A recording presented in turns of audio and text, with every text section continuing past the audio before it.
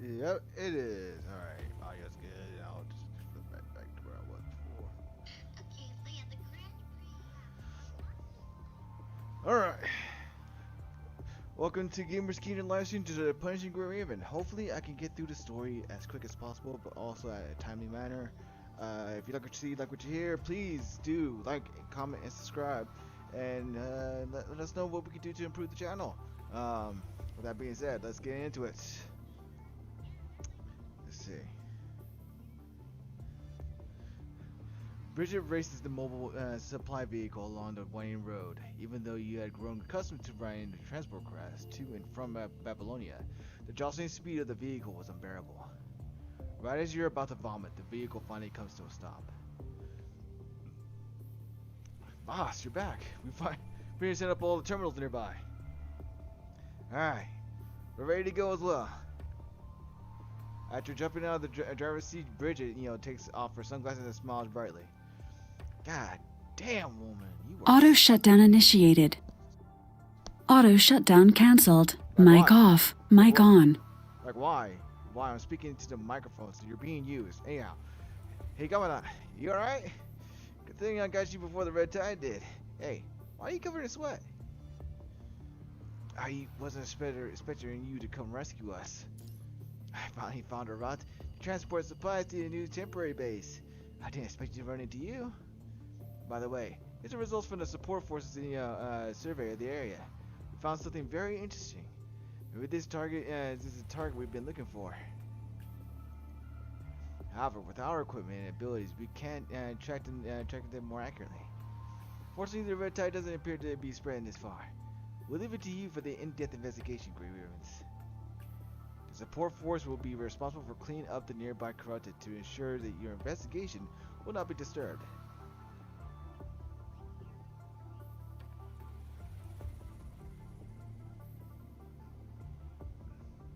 We'll leave it up to you then. Bridget waves and salutes sternly. We're on it. Proceed with the investigation. According to the GPR survey results from Bridget, by comparing the coordinate data led by Huashu with its coverage, our target should be in an abandoned city less than 2 kilometers away from here. Lee displays the radar image and topographic data on the holoscreen. City 075. Records show that 600,000 residents had evacuated during the post-pandemic age after the failure of the central purification filter. Since then, it's been left abandoned. I didn't see this coming. There's a huge cavern under the city. Well, it was actually a military underground force set up in case of a nuclear war. The buildings on the underground level are used as a front. There was never any residents here to begin with. The content of the official report is forced. It's not as if it was abandoned. It was never even occupied. They probably didn't expect that the underground fortification set up a response to the war would eventually become a hotbed for the spread of the punishing virus. However, the information obtained through imaging is too little to determine the exact scale of the cavern. At present, the scale is quite massive. Liv, can you confirm the coordinates of the entrance? I did to survey potential routes, but I'm receiving strong electromagnetic interference. After all, it was designed as a military refuge. I won't be surprised if they installed anti-reconnaissance measures. We speculate that it's likely to be the Ascendant's base. We need to be fully prepared to infiltrate the enemy's home. So far, we haven't detected any Ascendant activity that could reveal their whereabouts. If Washu's coordinates really do lead us to them. Well, we still haven't ruled out that it might be a trap. That being said, recovering data is well worth the risk. We still have to find the entrance. Oh. Where do I go? It's all locked. The hell? Why?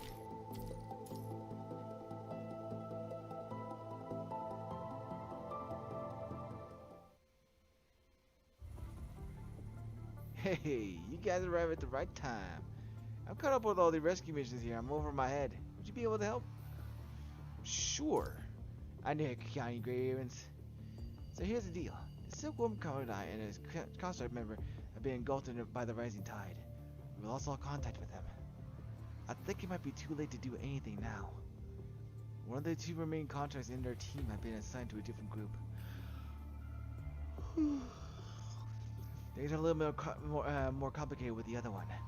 She wasn't there with them when their commandant was attacked, because she had been under treatment for severe injury. She regretted not being able to save their commandant, and firmly believes that he's just too injured to contact us and he's waiting to be rescued. She refused to be assigned to a different team and later escaped at night. She has also somehow blocked location from tracking. I would ask the technician to track down Indiana today, but we really need to do it ourselves now. So, would you be able to help? Very well. Wonderful. Well, let me send you information to her terminal. She's probably looking for their commandant where the red tide has been. Look for her in the ruins. Raoline, friend named Antler, attacker construct. Yeah, that's her. I'll leave the job to you.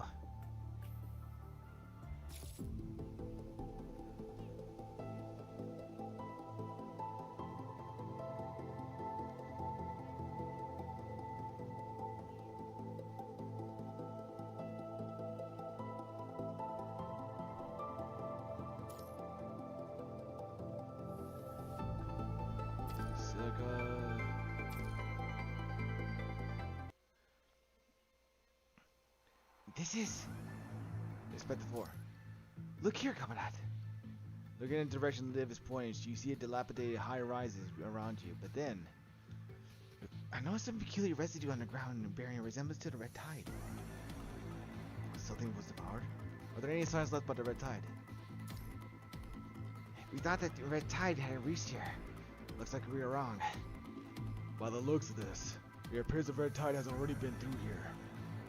The residue means that you can follow it, since it's the only clue you have at present, which leaves you one option. Liv, confirm the extent of the red tide's expansion. I'll try. Maybe we could find a source of the red tide. I'll leave it to you then. Following the residue of the red tide all the way to the south of the city, you find it mixed up. Looking through a broken window, you see that the mall is vacant. Most shops in the abandoned city have preserved the moment of disaster. Goods have been looted, shelves have collapsed, and glass shattered. However, the mall is eerily empty. No shelves, no entertainment facilities, and no traces of looting. There is only residue from the red tide, indicating what has happened. The red tide's residue starts here. It appears that it was stored in one place until it circulated underground through the water distribution system, before breaking out into the ground level. For people on the surface, it had to have been like a rising tide from an unknown source. You mean, this is the source of the red tide? We can't determine if all the red tides start here, but it's at least one of the sources. Let's go check underground. You all descend a set of stairs leading to the dilapidated parking garage 2 levels underneath the mall.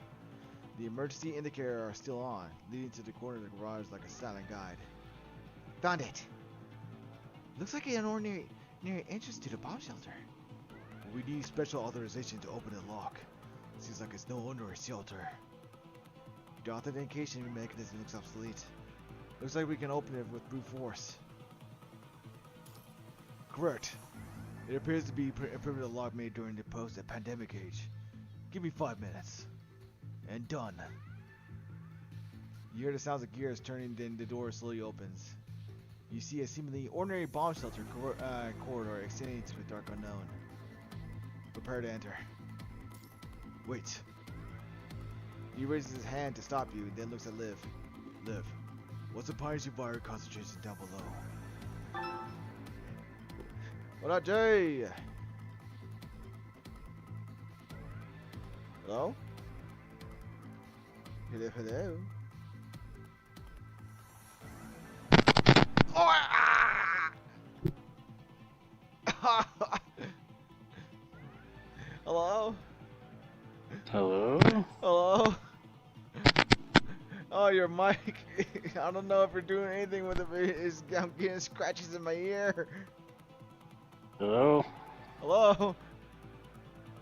Yo. Is your mic good? I guess so, man. You're not doing anything to it, right? No. Weird, because I was getting like, mic scratches, from it. Oh. Must be something with this long cable. Ugh. God damn it. Readings indicate the concentration is the same area as the surface. We can handle it with our enhanced invert devices. Actually, it's even slightly lower than above ground. If the concentration is at this level, there should be no problem for the Commandant to enter. Well, that's unexpected. I don't know why.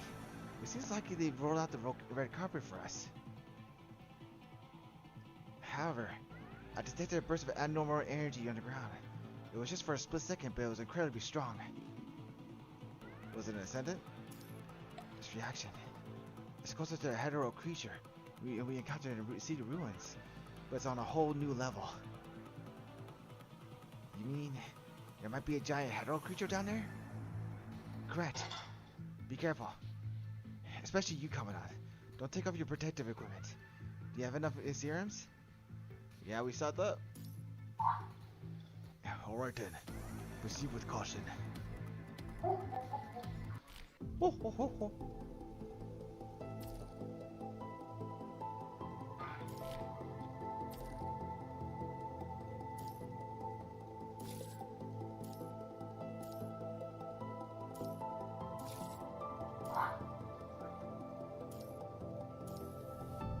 So what you been up to, bro? What you been up to, bro? Not much, really. Yard work and a little bit of this. Getting your base together. You know where shit down this.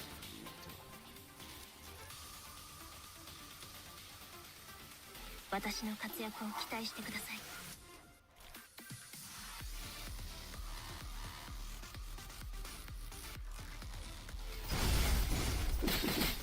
これで全て天使を信じてひざまずいてこういうなら助けてあげるよ。これで全て生まれ変わりましょう。 Y'all suck!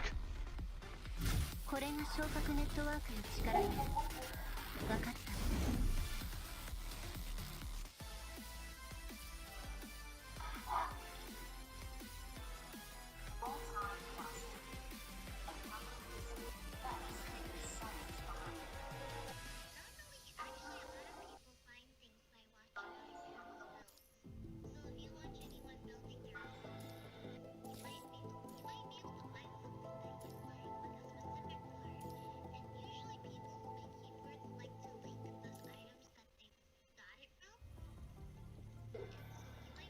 Your footsteps take it down a hall in a tunnel. Your sure sights on the only source of light in the sights. It looks like an ordinary entrance to a bomb shelter, but there are too many corrupted remains here. This place was indeed built in preparation for war. Then it makes sense to find a military plant here. If the production line has been hijacked, it's likely that the plant is still pumping out corrupted. As if in response, you hear mechanical sounds ahead of you as dark shadows approaches. Ready to engage. Wait, what's this? A severely damaged creature crawls towards you, its damaged speaker making incomprehensible noises that echo down the hall in the tunnel. It's identification code. This is a construct from Babylonia. Why is it here, though? The poison virus has damaged its neural circuit. It's too late for us to do anything now. Commandant.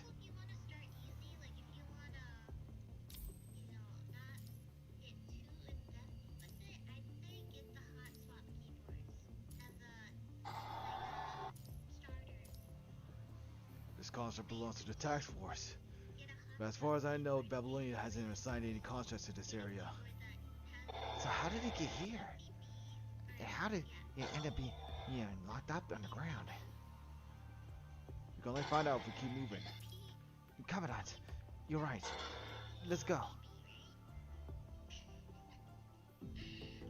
welcoming ceremony? Okay.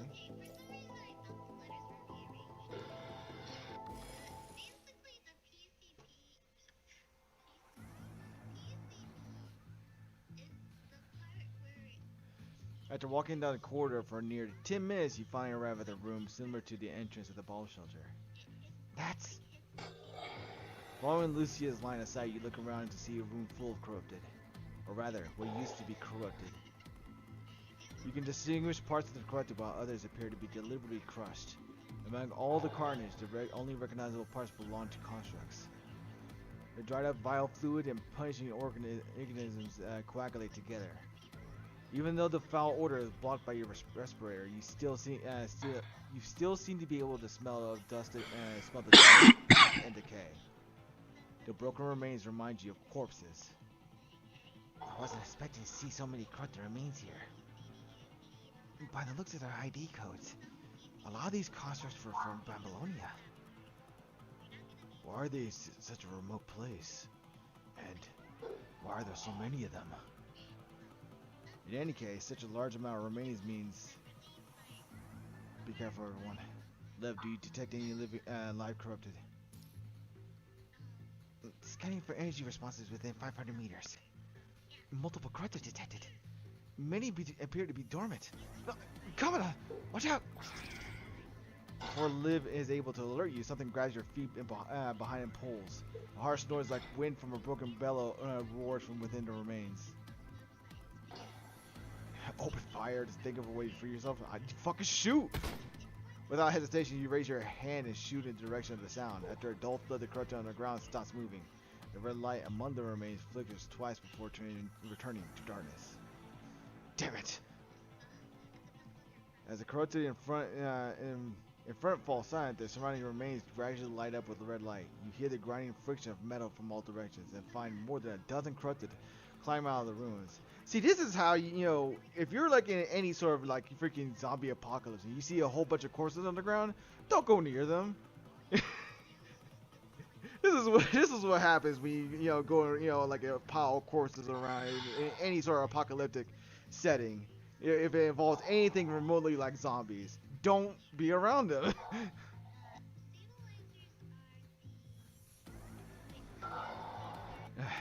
These aren't just obsolete models. They also come with defense mechanisms. They're older than I thought. Come on! Lock and load. Alright, let's deal with the problem at hand.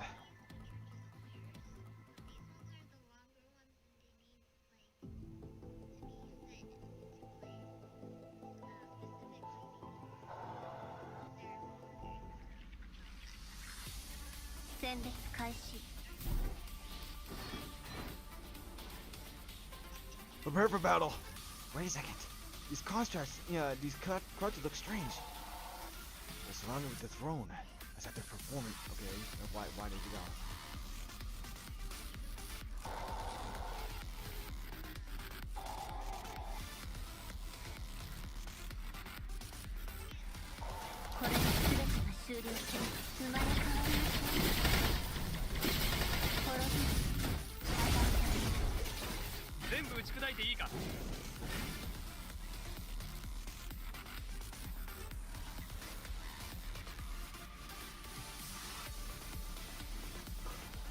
Capture successful filtering the information. Meanwhile, let's keep moving.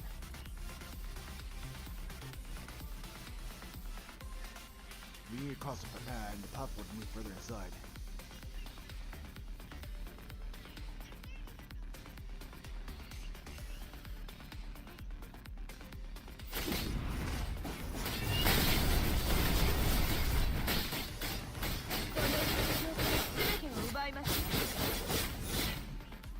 I see constructs from Babylonia.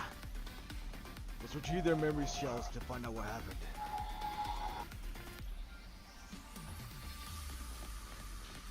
Now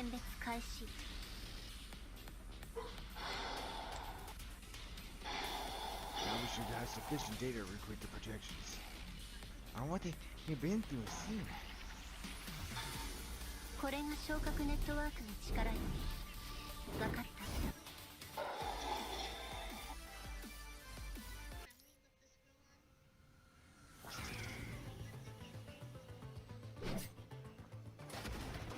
Commandant. The last one's right under your foot. The surrounding area has been cleared of corrupted. After a sigh of relief, you all begin to investigate your surroundings. A vast underground space outstretches before you with the faint red lights flashing all over the place. This looks like a production facility. Seems like all the corrupted surrounding the city are produced here. Lucia, what's wrong?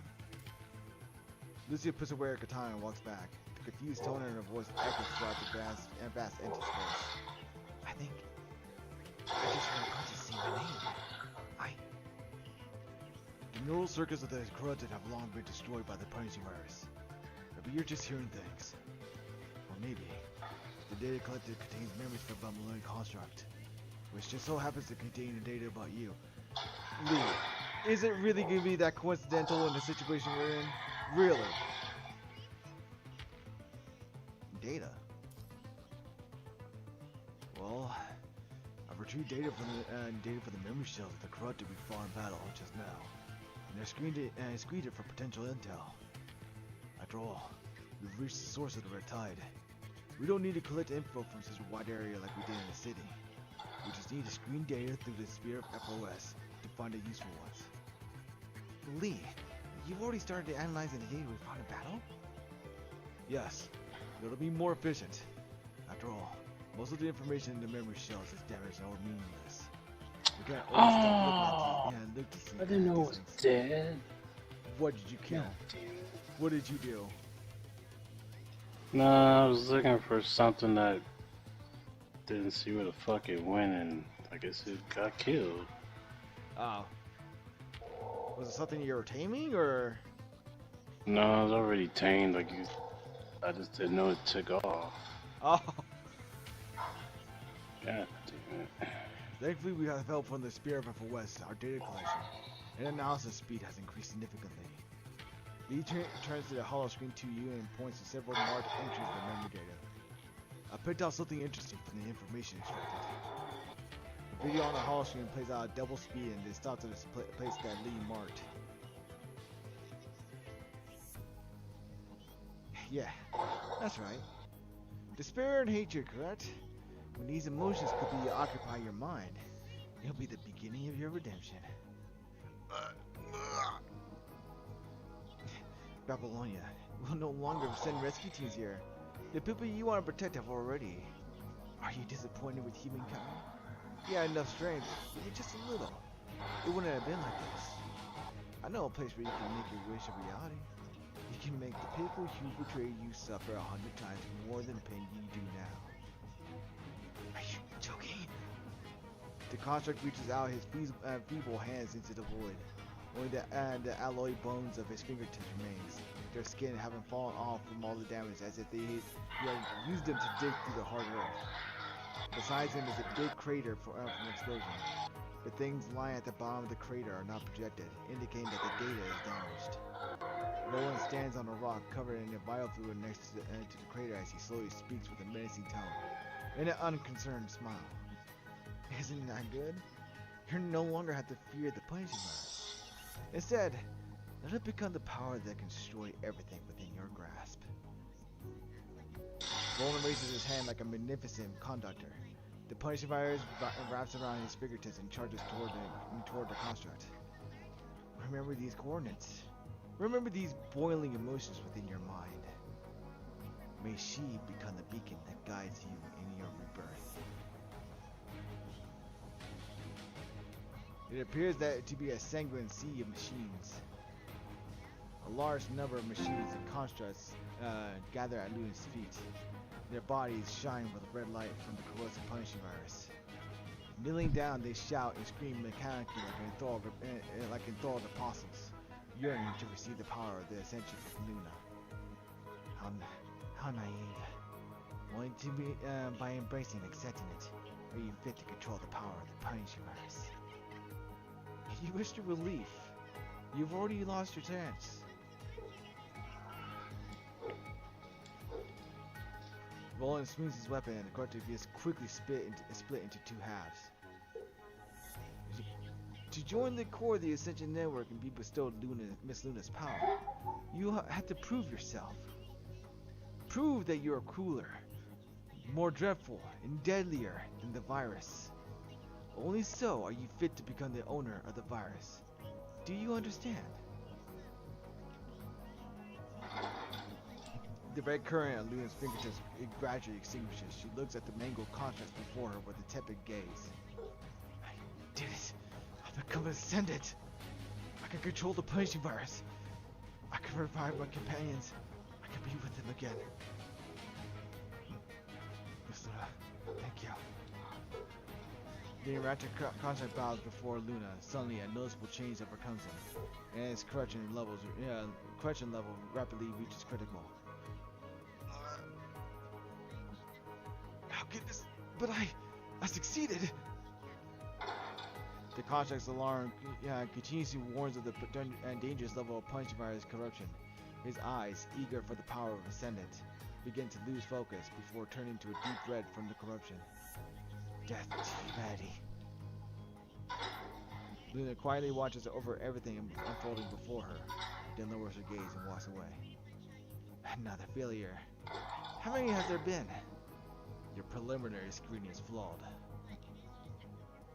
I don't think that was the case this time. After all, he passed the test. What happens after that is out of my control. The test object is screened by the Ascension Network, but only Miss Luna can grant them Ascension. Are you questioning Miss Luna's judgment as an agent? That's not what I said. Roland raises his hand and retreats in defeat while quietly observing Luna's expression. She remains indifferent as if the two people's argument have nothing to do with her. She looks up at the projection before her in contemplation. The projection shows a picture of a girl with black hair kneeling in the ruins, propping herself up with a sword. Even if you become an Ascendant, that doesn't mean you become one of our comrades. He frowns in pity at the incapacitated and corrupted on the ground. Even if you pass the Asc-Net test, that doesn't mean you're home free. Roland. Yes, Miss Luna? Luna gently tilts her head. The corrupted writhing in anger stops moving. He lies on the ruins quietly as the red light fades from his eyes. The pale girl stretches out her hand, gently touching the projection of the girl in agony, who is holding an ID card, then folds her hand as if to hide her in the palm of her hand. It's time. Let's bring Lucia home. Luna. Seeing Luna's projection, Lucia's hand clenches at her side. In other words, the remains of all the corrupted are just failed results of the Asc-Net test. The corrupted thirst for power and fight for her favor, but scream in agony as they lose their minds. Even after the playback is over, their harsh screaming still echoes in your ears. I can't bring myself to imagine what Luna went through to become an Ascendant. Lucia. You put your hand on Lucia's shoulder. Liv approaches and gently holds her hand. I understand. Now's not the time to think about it. Lucia's eyes return from their momentary doubts to their usual resolve. She looks over at you and smiles. Lee, is there anything else about this info that has you concerned? Lee? Well, judging from our current intel, the ascension process is probably composed of 3 stages. Virus culture, qualification testing, and then ascension from an agent. Only Luna, who is an agent, has the ability to ascend individuals corrupted by the punishing virus. The question is whether Luna is the only agent. Show me. Well, you don't seem to belong to Luna's forces. So who made them Ascendants? According to the number of Ascendants in our intel, and the number of remains here in the ruins, we can estimate a success rate of 0.042%. Seems like it's not easy to become an Ascendant. No wonder Roland's running around trying to find new recruits and send them here. We don't know if there are any more Ascendants left unaccounted for. Moreover, if Asc-Net repeatedly tests the Ascendants, that means the Ascendants can revert to corrupted at any point. Revert to corrupted. We don't know exactly what this so-called test means. Anyway, synchronize this data with Babylonia. I'll leave it to you, Liv. perhaps Luna is hiding here. If my deduction is correct, then we're going to need backup. Got it!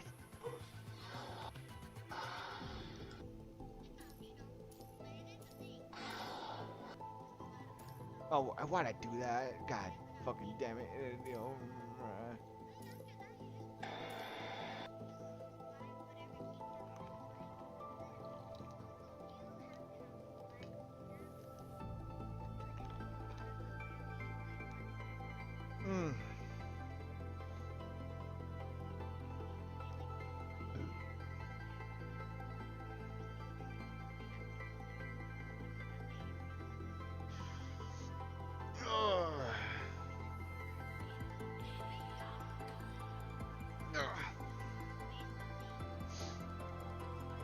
You know, I'm got to, when I start, you know, when I get down there, you know, in San Antonio, when I start, you know, because the next time I'm going to be going down to San Antonio, it's going to be when I'm starting to live down there.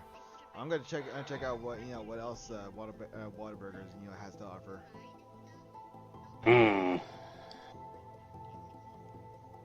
I'll have to try out that Dr. Pepper, you know, shake. Have you tried it out? Is it any good? It's not bad. It's not bad?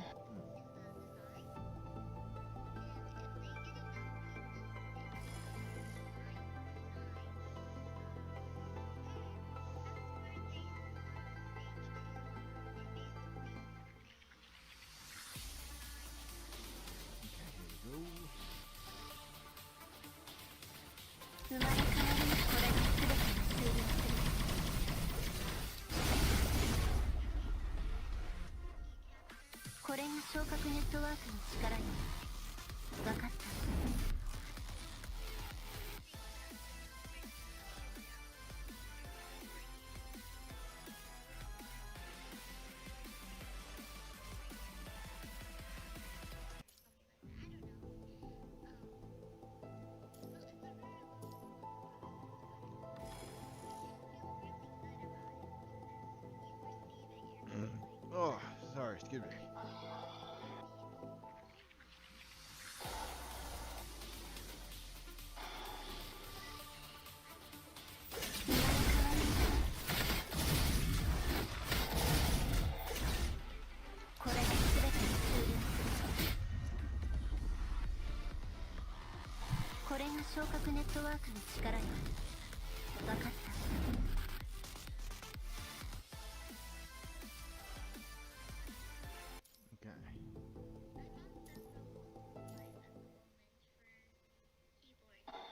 CD-075 core area, the Undercity Cavern.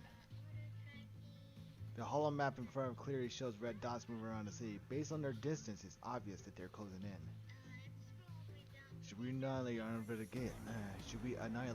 uninvited guests? That won't be necessary. Miss Luna, it's a great riddance that they're human with their human commandants. I know. Are you not going to take action?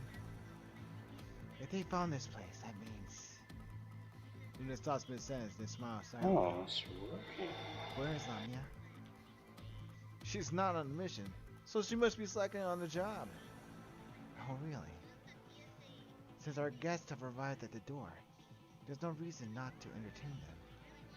Roland, welcome our guests. Roger. Sister. Yes. Take Washu out of here. Understood. Alpha and Roland proceed in the opposite directions. Luna looks at the hollow map and extends her hands out after they're approaching red dots. Maybe you will understand once you remember how despicable and selfish humans truly are. Lucia.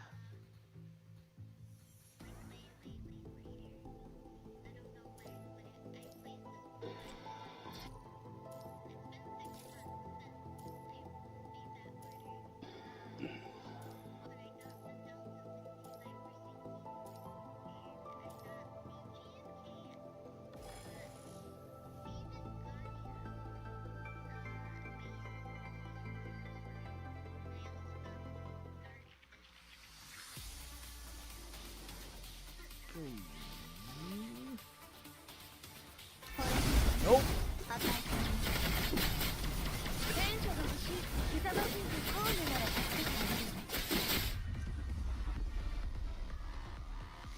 これが昇格ネットワークの力よ。 Oh.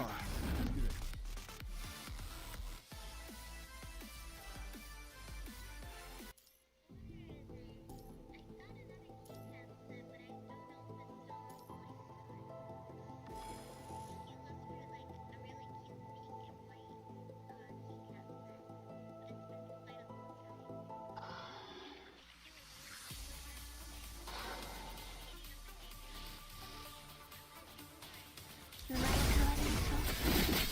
援助が欲しい。膝のすぐコーヌなら助けてあげる。生まれ変わります。これで全てが終了するわ。これが昇格ネットワークの力よ。分かった。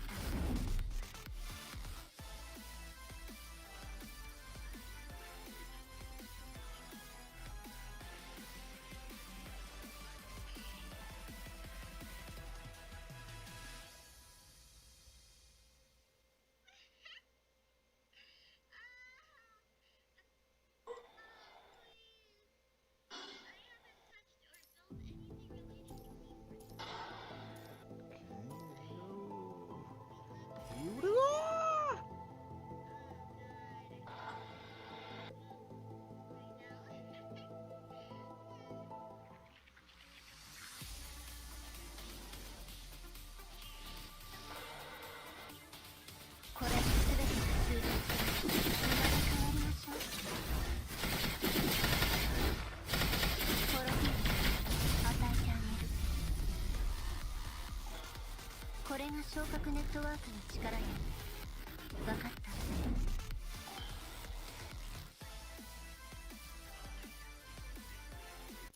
Oh yeah, Jay. I know I replied back up on when you tagged me for up on Facebook.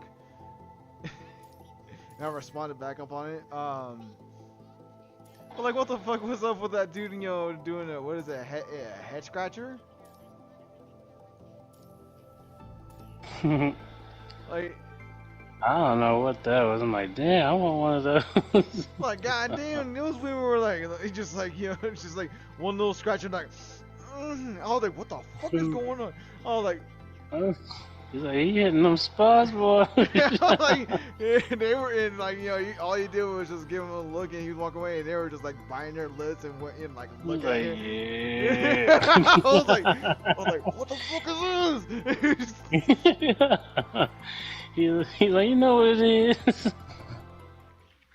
Or how about the one we did like on the two of them, you know, one after the other, and the dude in like in front of them was like was like getting pissed, but he offered to, you know, do the same to him. He's like, you want one? He's just like, you want one? He did the downward like, you know, motion. It was like, you want it? And then of course the ones where he what is it? The ones where he did it in front of the ones that were like, you know, in front of the boyfriends or whatever. He's about to get whooped. He was getting the fuck out of there.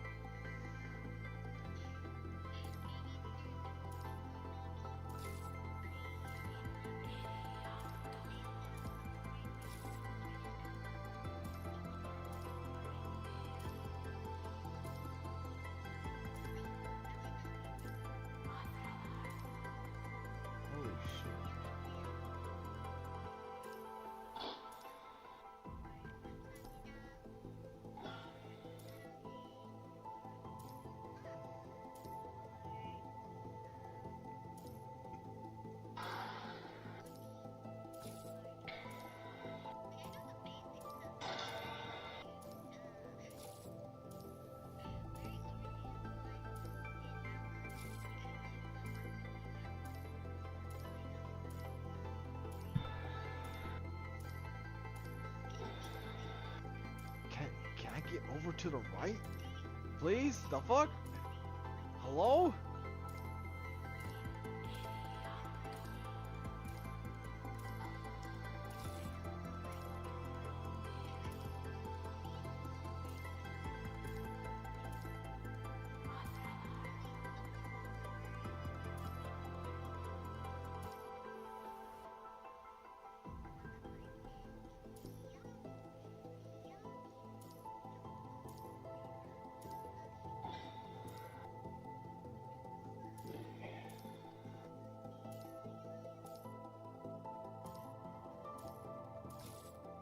Yeah, forget the generator. Wind turbines where it's at.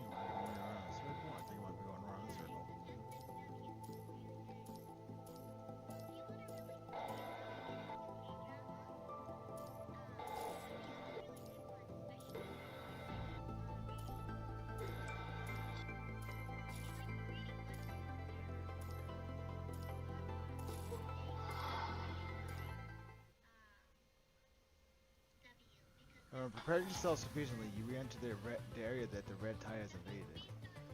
Tinted bloody red by the red tide, this place is like a wound cut open. A female contractor is wandering amidst the red puddle, seemingly looking for something.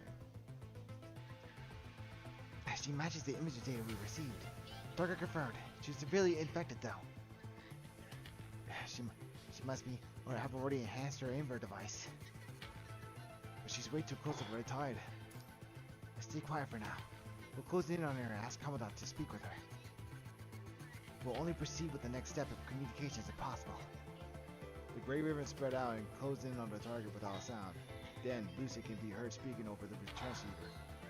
I'll stand by. Commandant, you may engage the target. With a soft expression on your face, you're approaching Rowland. Rowland? Who are you? From the uniform you're in, I guess you're a Commandant? I'm the Grey Raven Commandant. The Grey Raven? The Grey Raven? My Commandant talked about you a lot. Her expression softens, but she quickly becomes blurry as she has noticed something. Did you come here to bring me back? Where's the rest of your team? Yes, but I wanted to have a talk with you. A talk? About what? Have you found your Commandant? Not yet. But I believe he's still alive. Have you ever seen the rising tide? Seen a rising tide? Never. Do you have information on the red tide? If she knows anything about the red tide, the projection will tempt her to go after the red tide itself. You show Rowland partial information on the red tide, having decided to exclude the part about the red tide projections. She now looks dubious. This is pretty much the same as what I've heard from the support force. Although, your information is more detailed. I just don't believe that he'd leave me all alone and die like that. Rowland looks away from the information, her voice wavering. You trust him a lot, don't you? It sounds like you two were very close. Of course. We're childhood friends who grew up together. Staring at the puddle left behind by the red tide, Rowland starts recounting the past. I can't even begin to tell you how much we've been through together. My family and friends left me one after another. He's the only one who stayed by my side. He would always smile at me, and his smile always makes me feel safe. Our good times lasted for a while, until us diagnosed with an incurable disease. The Punisher virus is virtually the most severe of diseases of our time. So much so that the people have forgotten about the other diseases.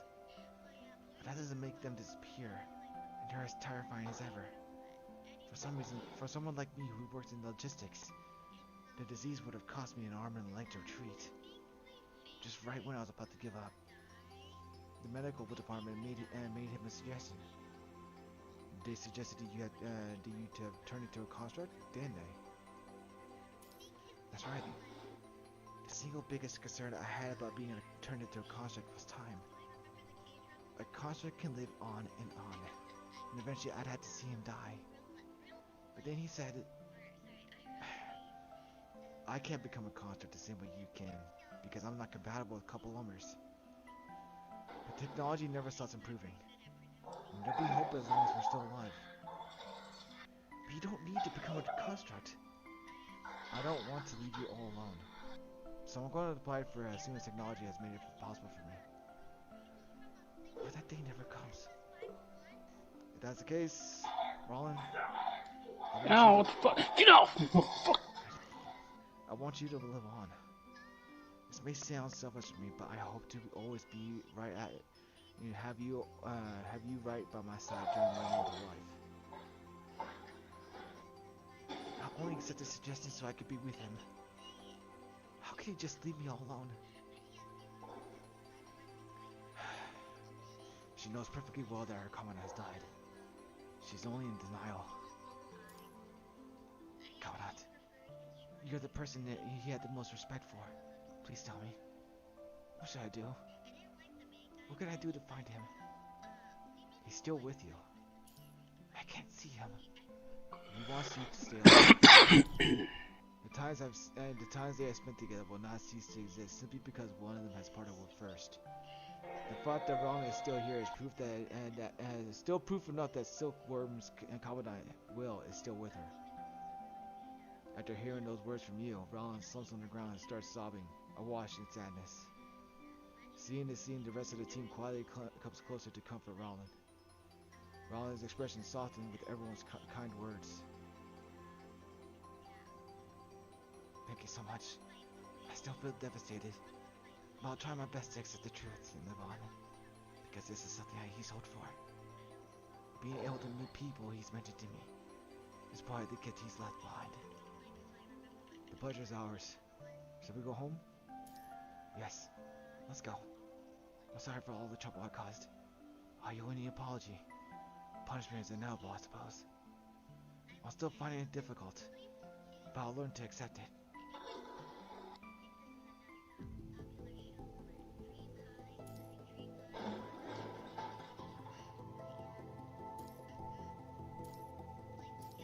Oh, wow. High level rip. I just need one.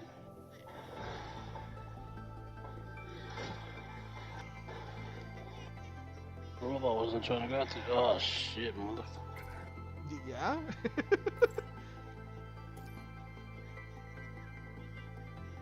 I'm trying to go after this tech freaking motherfucker. And then this Alpha Rex is on me. Get off, motherfucker! Get off!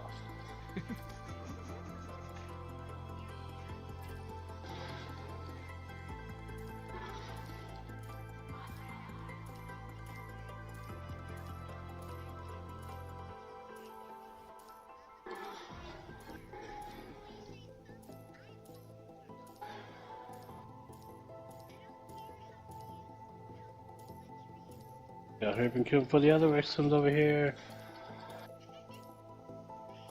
He's already right. Oh shit. Move.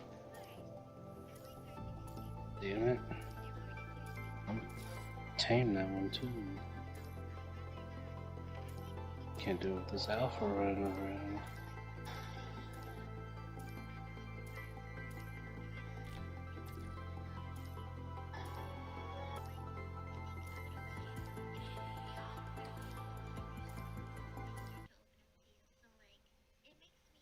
CD-075 platform, the Undercity Cavern. Lee and Lucy are counting the remains of serum and ammo on the entry platform of the cavern. Liv is intending to sync her intel with Babylonia. She looks unsure when she reopens her eyes to their wall. Communications disconnected. What do you mean? There's a massive signal blockade. I can't reach Babylonia. Our communication with Babylonia appears to have been cut off since we entered the underground. Try to restore the communication.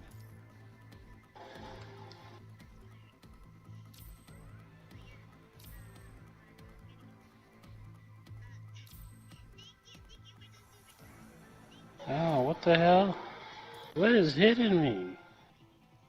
Stupid carnal, get. Wait, no, I ain't no carnal. Oh! What? This is stupid thought. No, don't attack the Rex!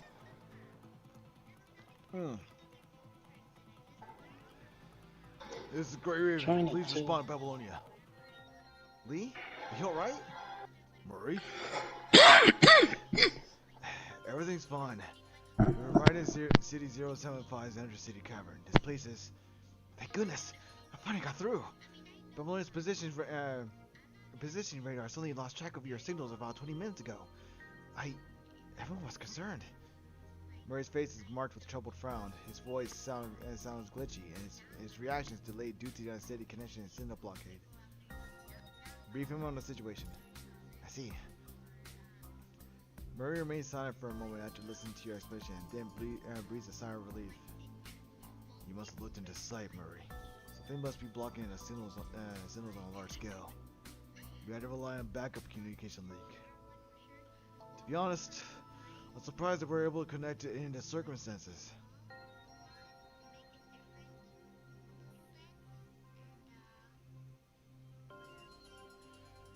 According to the information, Liv is synced in the ruins. This is a site where Hua Shu's key is held, correct? Lee nods in agreement. In that case, there's a strong likelihood that you'll clash with the Ascendants. I would advise against diving straight in without adequate intel. And a good connection. It will be difficult to call reinforcements in the event of an emergency. But it's a matter of... I trust our ability. Count us. You're even more dependable than before. I'm so surprised that Lee trusts you more than he shows. Murray smiles resignedly. Murray, do you still remember the gravitation detector you gave me? You mean... I'll use it to trace our route, and overlay the factory plan to form a topographic map, and seek it with you. The backup comms has a limited amount of bandwidth. I'll send you a new topographic map every 5 minutes so you can monitor our route and the overall layout of this place. As before, you can confirm the receipt of the message by sending me a feedback. Alright. Then, let me be your mission support from now on. Frame maintenance complete. Come on, let's keep moving. Let's go. Roger.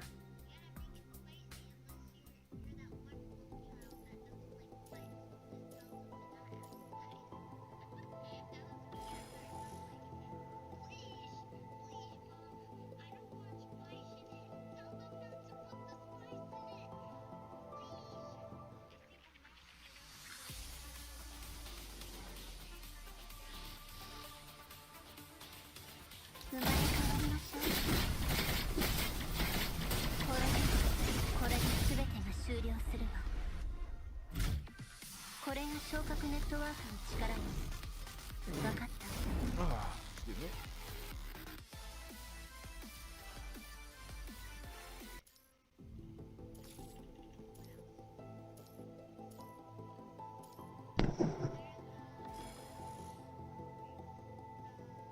You alright there? Hmm? You alright there? Mm-hmm. Okay.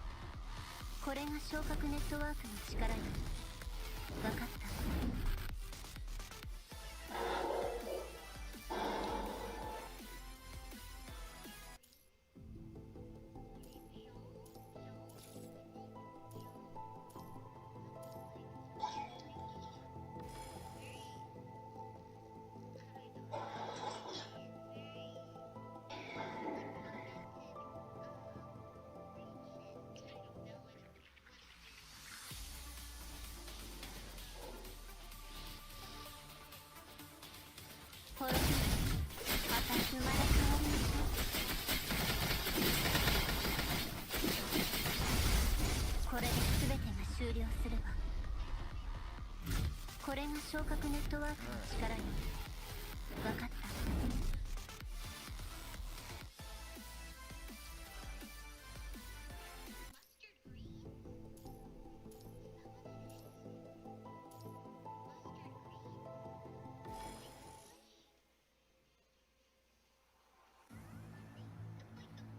This ring ship underground facility consists of different sectors that serve different purposes, including the living area, the armament area, and the industrial area. All of them were built encircling the core area. From what the blueprint told us, each of them consists of a pathway to the core. We've entered through the Area B, which is designated as the industrial area. The underground center of the core area is in charge of all the operations in the facility, including power, production, defense, and signal disguises.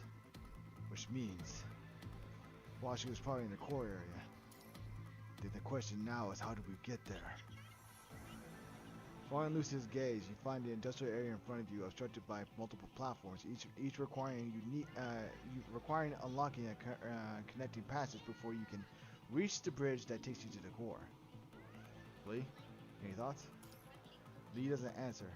Instead, he tries to activate the operation console on the platform. Of course, it doesn't work. It requires a special identification to platform management. You can always try to brute force the decryption, but that'll cost us a lot of time. Wasu's message might be gibberish, but sent adherent to Babylon's guide on rescue requests on the emergency frequency. It can't be a coincidence. That the message was a clue left for us, and it was unauthorized by Luna. Having not heard from Washu for such a long time means Luna has discovered what's going on. We're running out of time. Lee, come on, please listen to me. If we use the Spear of F-West to examine the access history of the operations consoles, maybe we can find a way to open the passages. Asimov never mentioned it is capable of that. It's a restricted function only available to the highest clearance level, but I'm unlocking it for you temporarily. You have the highest clearance level?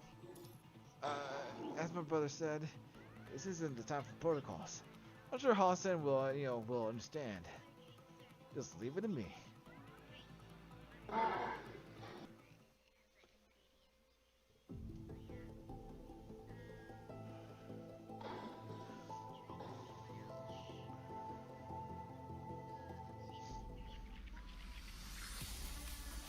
Never thought we could really recover access history on the control panel.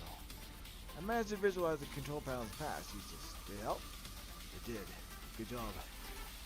Got a projection of Roland? I'm about to find out your secret, Luna.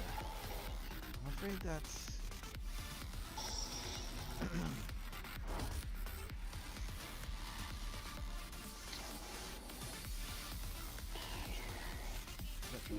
Follow him.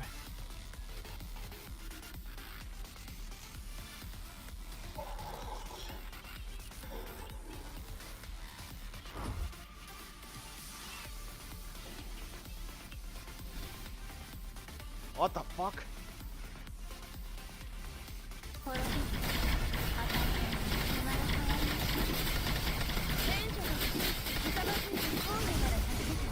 road is blocked. I got this.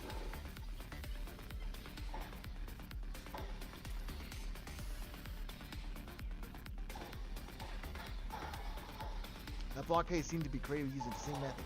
Surprisingly easy to crack. It's probably a direct adaptation of the blockade program set by the people who built this place. Must be some very old coding.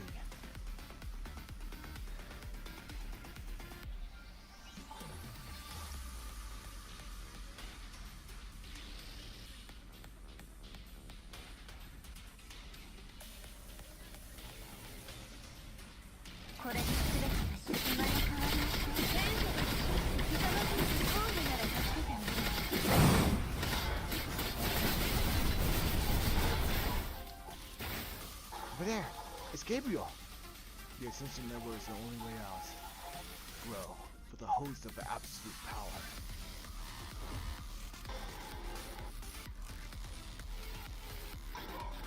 Oh shit, there it is.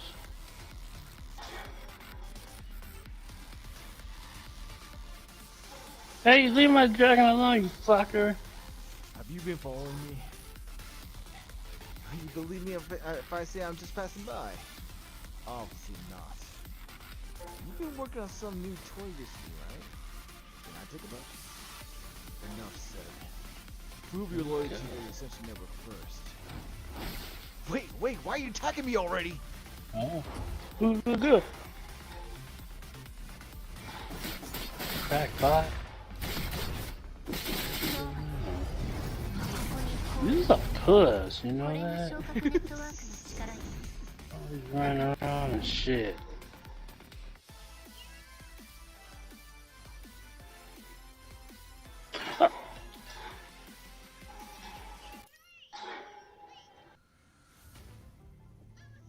Initiating virtual spatial recreation of Spear of FOS complete. Begin a special recreation.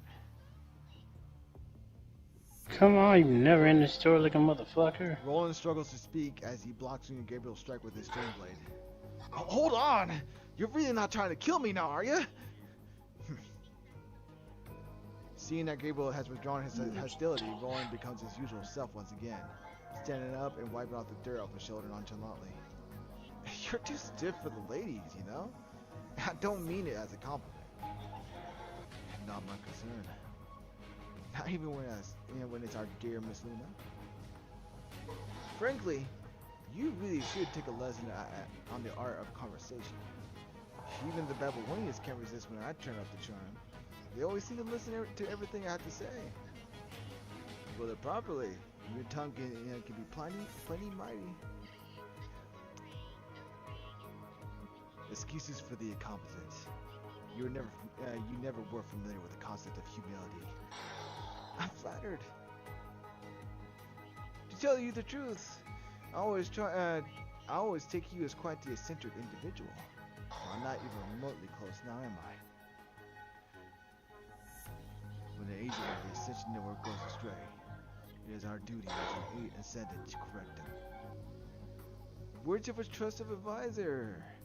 Luna must be pleased to know how loyal you are to the Asc-Net. That said, she never does anything without her reasons. Have you thought about the consequences of questioning her? Have you? I believe in Luna. Believe or fear? Where were you after what happened at Oslo and Venus Splash Park? Searching for new prey, as usual. Obviously.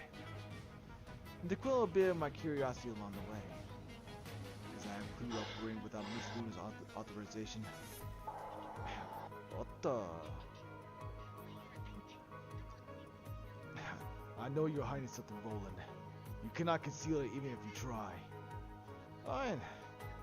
Roland takes out an old hard drive from his windbreaker and throws it towards Gabriel. It glides in a slight arc before Gabriel snaps it out of the air. Watch it. I didn't make backups. What's in it? Nothing of significance compared to all the research done by Shome. But it's better than nothing. Luna didn't seem very pleased with Shome's results. I wanted to find out what she was really after. And what she's seeking contradicts the ideals of the Ascension Network. Roland quiets down. Having heard what he said, Gabriel turns to stare at him, the uncomfortable silence between them spreading infection. Eventually, Roland shrugs. By the way, what are you planning to do with the core we got? I may have plans. Follow me, if you want to know. With that, Gabriel turns around and departs, leaving Roland behind. Roland tracks Gabriel's silhouette with his eyes, his signature smile receded. Oh, fun's over. The red mud what the hell? core stirs and brews, reaching out and touching Gabriel's feet as he walks past, acting chaotic yet docile. In this pool of blood-red mess, something begins to emerge and crumples, before reforging itself into a new form. Looking good, not bad. So what's the difference between this fella and your little pets? It keeps reciprocating itself. The hetero core you asked about is inside there. Unlike the inferior rail heterozygote, this will This will evolve into the most advanced being that the Punishy virus has ever touched. What you are seeing is it searching for the most efficient, potent form. Only through destruction can it be reborn to a superior vessel. Just like Miss Luna. Oh, how our grand vision has come to an impasse. You are right about one thing. Miss Luna has not been acting like herself lately. She has become content with the status quo. That is not the behavior of the respectable agent of the Ascension Network. To Ascendants, staying put is no different from regression, a sure path to self-annihilation. Which is why we require a motivator, something to rekindle her appreciation of her grand mission. But this? The strength I have been seeking, the most pure form of power, might just lie within. Perhaps if I follow this path, it will not be long before I come across the answer I am looking for. And then... Gabriel does not continue his speech, his eyes fixated on the creature in front of him, repeating the cycle of decimation and rebirth. Out of curiosity, does Alpha know what you're doing? She will, when the time is right. Now is not it. Her perspective is still too shallow, having yet to understand what the Ascension Network truly means. Miss Luna has never imparted those lessons. It's her long-lost sister, after all. Offering connections instead of burdens sounds like what Luna would do. If such pointless sentiments have wavered her will as an agent, she will require correction. There is no price I would not pay for the future of the Ascension Network. What a sight to see you so agitated for the Ascension Network. Fine then, I'll take care of Alpha. You do what you have to do. Hopefully, it all goes according to plan. We can now be certain that Red Tide is connected to the Ascendants. The way they exploited the Fuck hetero was core. that? The hetero creatures must also be their work.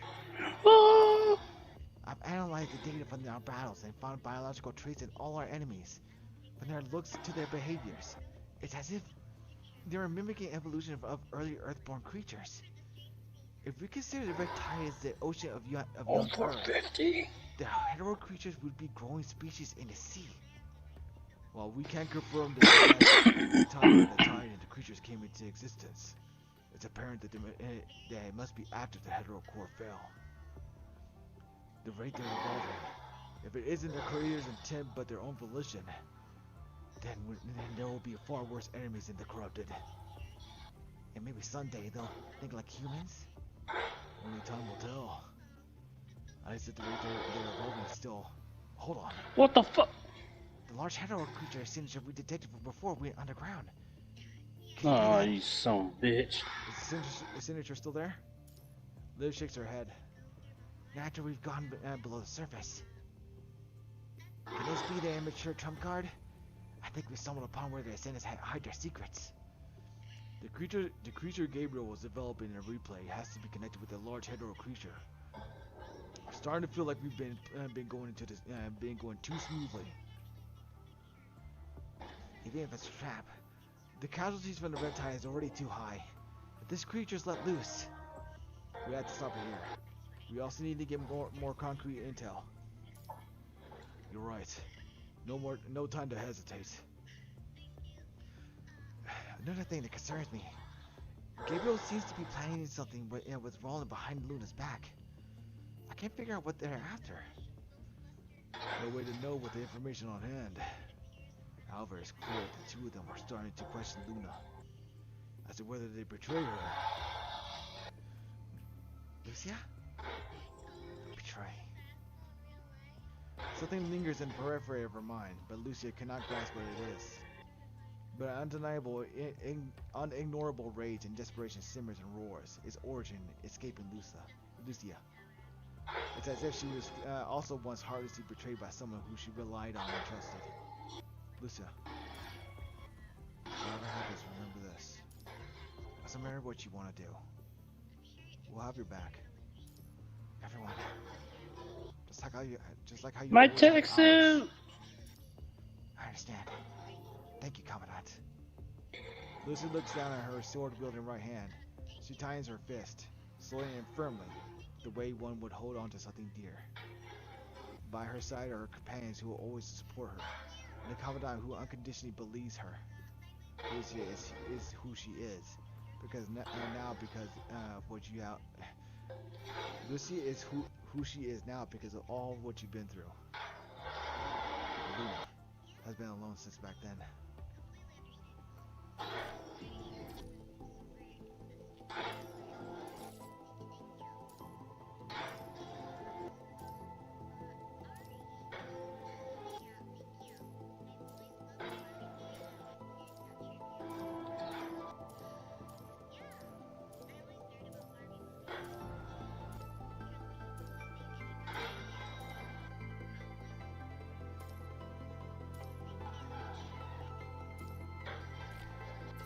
Oh shit, I think I went into a loop. Shit, damn it. No, I killed it. God damn it. You alright? You okay? Another Rex I try to tame dies.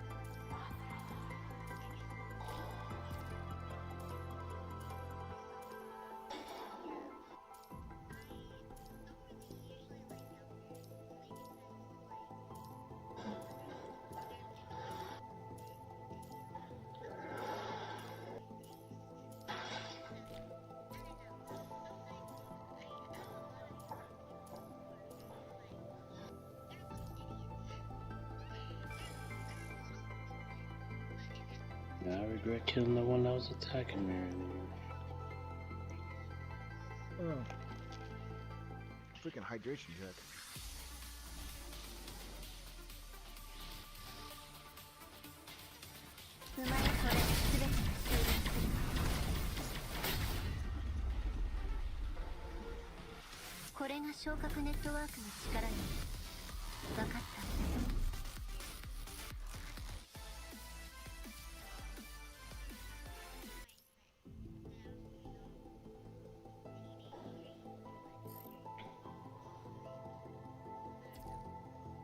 I think I'm good here.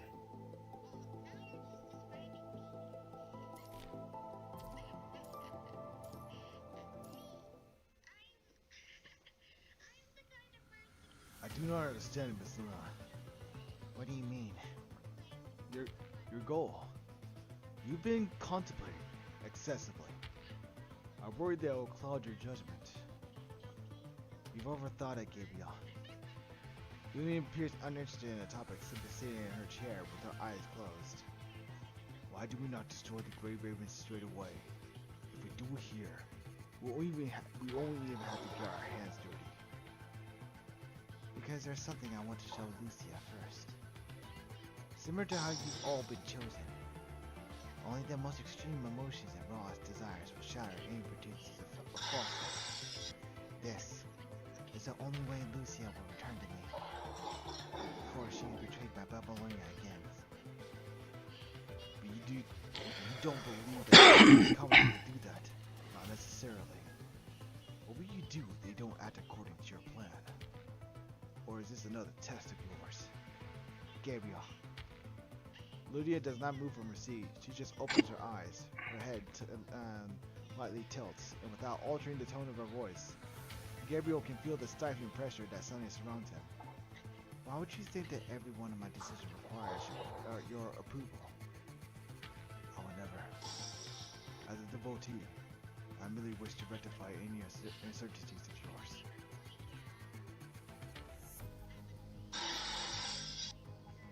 Damn. She basically just said, like, know your fucking place, bitch. Alpha reaches the other side of the core area where Hua Shu's key is stored. Sensing her presence, Hua Shu wakes up from the idle state. Identity confirmed. Alpha, level 1 clearance. Operation restriction lifted. Luna asked me to get you out of here. But before that, I want you to confirm something with me. What you answer will determine where you end up. Bring up the data on the battle with the ARU. I'm afraid I don't understand why you're asking for this information. I All these unnecessary battles and punishments. Luna never needed to prove her strength. She can get anything she wants with a wave of her hand. Yeah, she did them anyway. You've been feeding her information that would make her react rashly. To the humans, her behaviors are no different from declaring war, regardless of her intentions. Divided, the humans are no threat to us, but united, they can prove to be quite a hurdle. We shouldn't have shown our hands so early, wasted on time on something so inconsequential. But you brought these troubles to our doorway anyway. Watch you. Let me ask you one more time. Where does your loyalty lie? Alpha raises her hand. Her crimson long katana punctured the equipment next to the key with tremendous force. I am an AI. Balance and threats that work on humans are meaningless to me. From my analysis of the personality of the Order Giver, the actions carried out during the battle with the ARU lie beyond the established norm. You're loyal to your master. Good. Alpha takes her blade and points it towards Washu. We've got what we want from you. Do you really think that Luna wouldn't notice your tricks? You decided to terminate your branch after being severed from the root server. But it shouldn't have left behind any data. Not to mention the crucial information that Babylonians track us here. You think you've done a good job covering your tracks? Still, now that you brought her to me, I won't be letting her go so easily again. Lucia. Naive, weak, gullible. So willing to be someone else's weapon, and she has the audacity to be proud of it. I wonder if you'll still hold on to your belief when you find out the truth. If you insist on taking this path, then allow me to stop this domino of mistakes once and for all. Great Raven has reached the platform entrance and into the core. Very well. Let's complete your final mission. Watch you. Okay, things are coming to a head.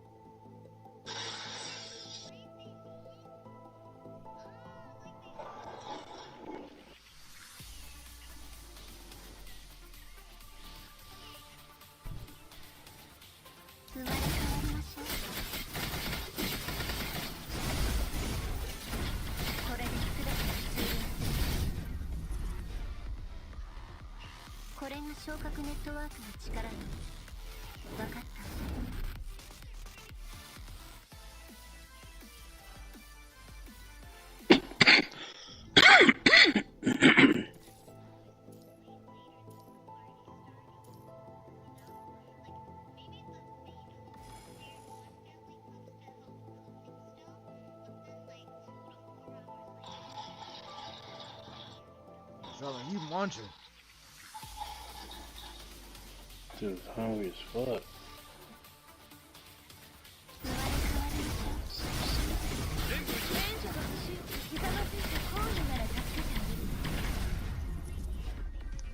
Probably in a little bit, I'm gonna start thinking about ordering some pizza.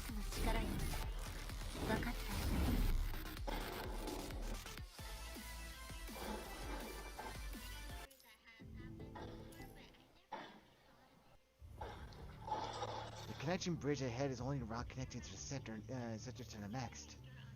The core area is on the other side of the bridge. It's highly unlikely that Washu is stored there. But the blockade. It seems like the front end of the bridge is blocked. Is it possible to unlock the blockade command? The mechanism of this blockade seems to be the same as the other ones we've seen before. I can give it a try. The barriers also seem to be breakable. How should we do this?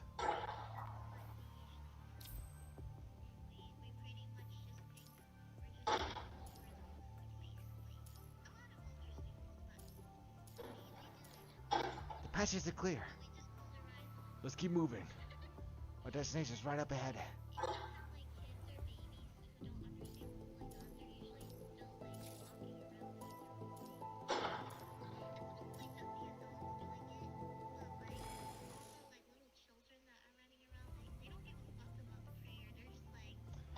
Having breached the blockade, Grey River arrives at the bridge that leads to the core area.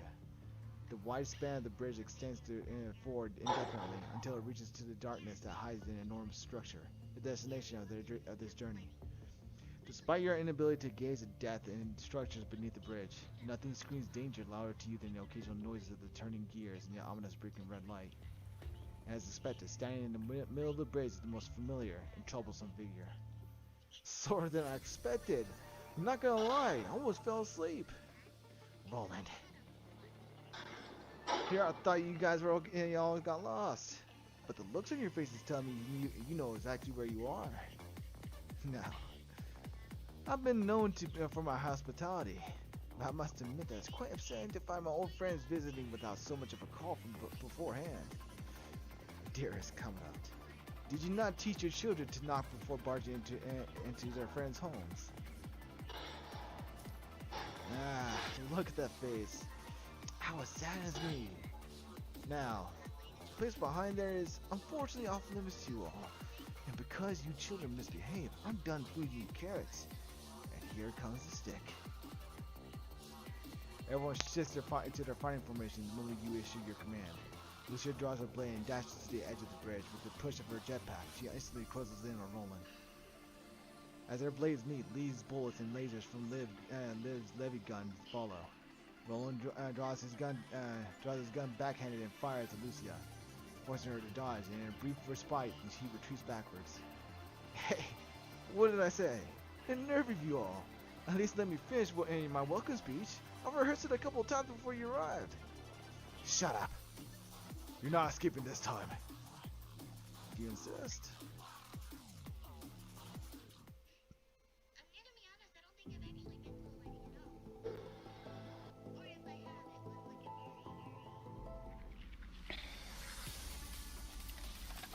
So repaired here. Black pearls. Well, it's time for you to show how much you've grown. Damn.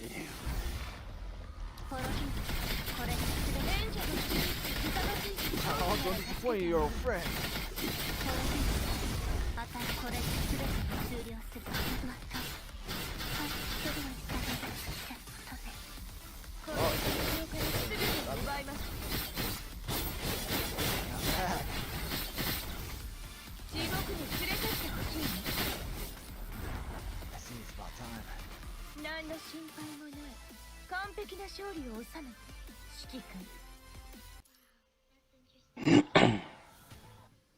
Commandant! A bomb explodes less than 5 meters away from you.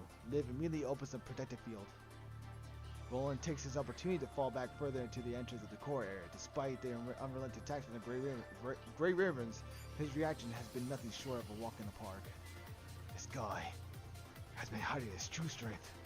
I'm flattered. I always believed that being environmentally friendly is a virtue, so it's important to win fuel efficiently. Now, you're all treasured guests of Miss Luna. I can't just let you kick it before she achieves her goals. So, until our actual protagonist arrives, how about a little chat? Say, Lucia, your swordplay is nothing but nostalgic.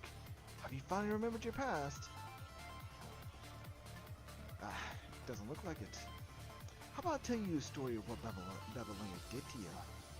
And Lee, you were a Kuruno, weren't you? And you should know how the technology behind constructs was developed. The bloodshed behind the curtains, the endless lies, the courses thrown away like trash when their experiments failed. Lucia, they never treated her as a human when they abandoned your sister. Can you say for certain that their commandant standing next to you won't do the same thing? Can you say for certain that when all said and done, and you're no longer any use, you won't suffer the same fate as their corpses, ruined and forsaken? Don't talk about Commandant like that. You never. As long as humans are still their arrogant selves, they'll never accept constructs as one of them. You will never be anything but tools. After all, Roland's gaze stays on Liv for a second before sighing with a regretful expression. Humans will even happily trade their families away as wares. What chance do the non-human others have? No. Humans and constructs are the same. Not all humans are so despicable. You mean constructs are really just humans, right? Oh, humans. You just love to run your mouth about sunshine and rainbows to have us sacrifice yourselves. What's the big deal, right? When you can just wipe our memories and here we go again, wagging our tails. All your pretty words simply because these constructs are still useful to you. To us ascendants, everything's fair and honest. You only serve absolute power. And when we unite, we'll create a world where humans are the ones who go extinct. Enough with that! Fine, fine, I know you won't listen. But if your commandant asked you to kill your sister now, will you be able to do it? Can you really put that blade of yours into Luna's heart? Why? Despite his mocking tone, Roland's eyes fixate on Luna, his gaze unwavering, as if he's indeed waiting for her answer. Lucia turns away, ignoring his question, before raising her katana towards him again. Is that so? Let me rephrase. Facing your closest family, who stands opposite you, her hands soaking in blood, do you? Black. Roland's piercing words are suddenly interrupted by a deafening noise. The bridge immediately sways from an enormous quake seemingly originating from a massive explosion. The noises and the quake do not stop. Instead, they come in waves accompanied by the blinding white light from the core area. What just happened? It's from the core area. A huge spike in energy wave motion imposes by his reaction. Protect the Commandant! Gabriel. Roland's expression briefly shifts for a second, then he turns and bows to you all. Our friendly conversation must be cut short, apparently. We'll speak again, Commandant. He throws a stun grenade at you before swiping the operation terminal at the bridge. The bridge slowly raises behind him, pulling him back towards the core area. We'll never get through the bridge. We'll never get through with the bridge fully rises. Leave Roland to me. Lucia, live. Take Commandant to the other side. Attack Roland! Sorry, I can't let you through. Lucia draws her katana and swings at Roland, only to be blocked by his chain blade. Liv shields you from the bullets before shooting the axle bearing at the bridge with her levy gun, but that still fails to stop the bridge from drawing back. Before the bridge is fully withdrawn, Roland utilizes the tension from his chain blade to launch himself at the enemy to the core. Damn it! He got away again! Based on what Roland just said, Luna really is in the core area. On the other side of the bridge, rushing further into the core area, Roland looks gnawing as he sprints in haste. How do you look gnawing? What does that mean? What? What kind of adjective is that? Damn it, Gabriel. Why are you proceeding already? Have you figured it out? He's probably not gonna do anything to Luna, but I might have just underestimated how crazy he's gotten. Where are you heading? To find Luna. Why did you let Grey Ravens go? Roland. Who are you actually loyal to? What's your actual intention? My intention? It's been pretty obvious since the beginning. Alpha narrows her eyes at Roland's ambiguous answer. You've lost Luna's trust. I won't let you near her again. And once I've dealt with her troubles, I'll deal with you. With that, Alpha turns and sets off to the direction of the explosions. Instead of catching up to her, Roland just stands there and laughs. Are you mad? You're her sister. And still, you have no clue what she wants. Have you even tried to understand who your sister is nowadays? Like, has she mentioned anything to you that you haven't paid attention to? And have you considered what the true nature of the Ascension Network is? What are you trying to say? You know that I'm bad at guessing game, and Luna isn't exactly chatty. She's definitely not as patient with me as she is with you. Oh, how I suffered. That's why it's imperative for me to figure out what my boss needs, and work my butt off to achieve that. Whatever she wants, I'll get it. So, Her tent is my tent. Alpha sneers in the face of Roland's unrelenting speech. Be careful, boy. Your smugness will take its toll. For me, Luna is Luna. Nothing else matters. I'll be by her side and give her whatever she wants. Do you truly know what she wants? Maybe she doesn't even know it herself. Silently, Alpha draws her blade and strikes towards Roland.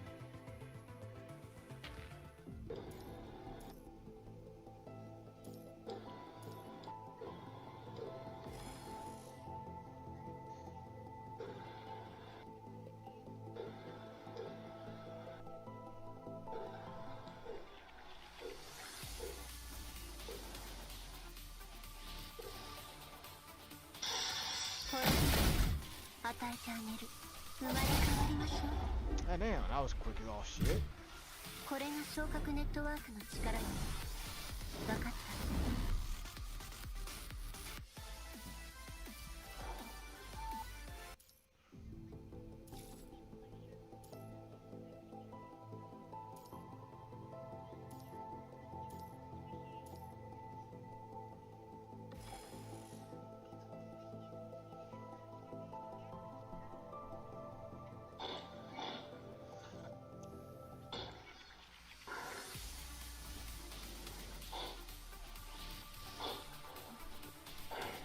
ほら、与えてあげる。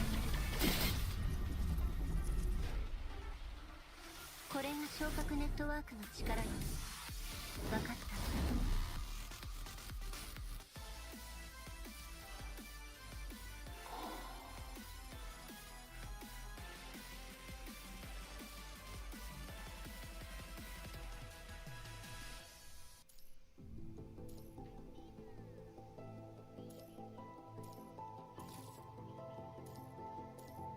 Whoops.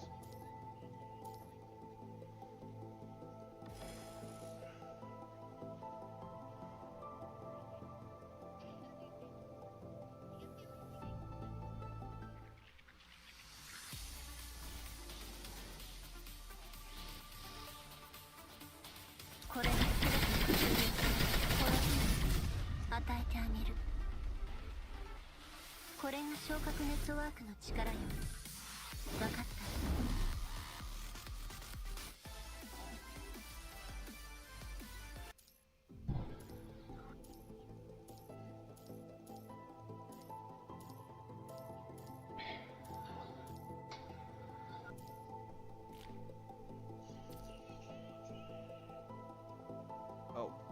Hold on, I'll be right back. Yeah. Mic off.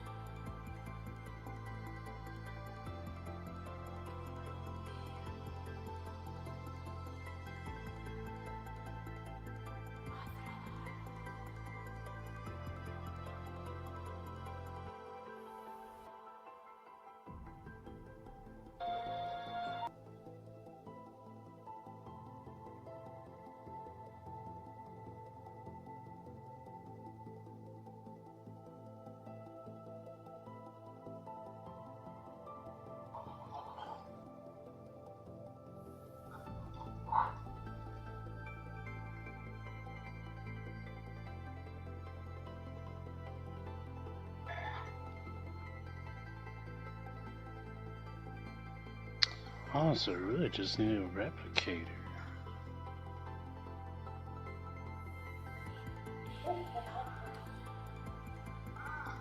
Oh!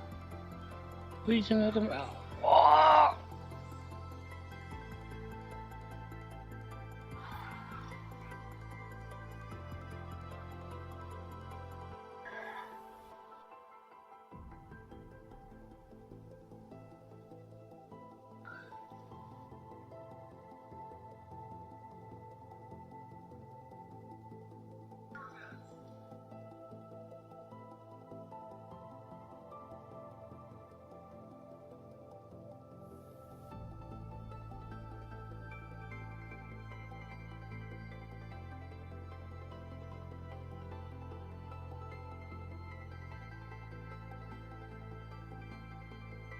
Mic on. All right, I'm back. And in that time I was gone, I made a pizza order. So I'm now keeping track of the progress up on the pizza.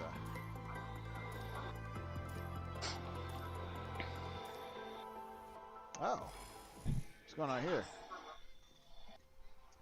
As a devotee, I merely wish to rectify any uncertainties of yours. Your kindness, I worry, would destabilize the resolve the Ascension network. The network requires an agent of absolute power. Hesitancy and mercy are not the attributes of the devoted. You once showed me his power, and that wave of pure strength shook me to my core. Since then, I have decided to follow you and offer myself to the work of the network. But now you concern me. Gabriel's words do not seem to displease Luna. Instead, there is a hint of a smirk on her face. So, tell me, how would you like to serve the Ascension Network? The red tide is the manifestation of the volition from the punishing virus. They are exhibiting qualities of organic beings, which means, one day, punishing virus will be sentient, like humans. All I'm doing is furthering propelling this process and ensuring that, even when conscious, hetero creatures will still be of use to us. Several of these creatures slithered by Gabriel's feet, gently nuzzling him, almost like they're trying to please him. They are obedient. They'll be even greater assets than the corrupted.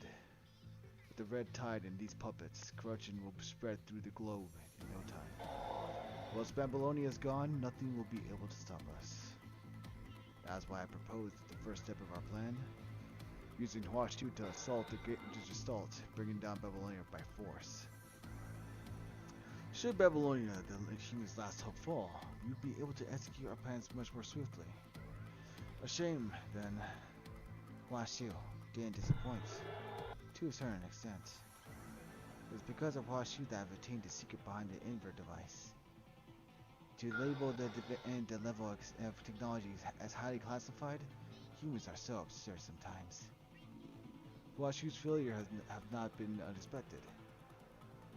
I have never put faith in my inner outsider, which is why I've prepared an alternative. Is that what you've been hiding underneath the core area? Of course. Nothing escapes Miss Luna. Gabriel, you aren't skilled enough to hide things from me yet. I don't care how you do it. I only want results. Understood. Behind Gabriel, his hand briefly twitches before closing resolutely. My apologies, Miss Luna. But, before we continue, I must be certain of one thing. As Gabriel whispers his command, the hetero creature is looking behind and suddenly launch towards Luna and strike. Luna's minuscule figure is instantly swarmed by the frenzied crimson tide. Gabriel directs more monsters to attack her, then stands before the mad flood like an audience enjoying a performance. Please demonstrate to me with your action that you are still the agent who holds absolute power. Fine. If you're in doubt, let me demonstrate my will.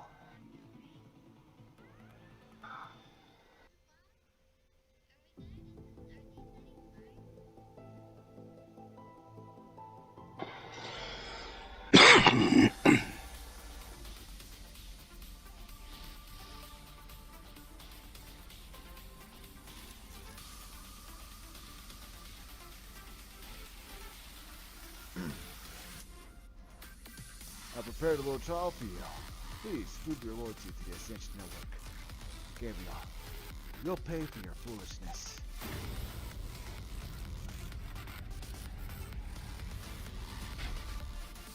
Tutorial? I already went through tutorial. What the fuck you do? What? Hello?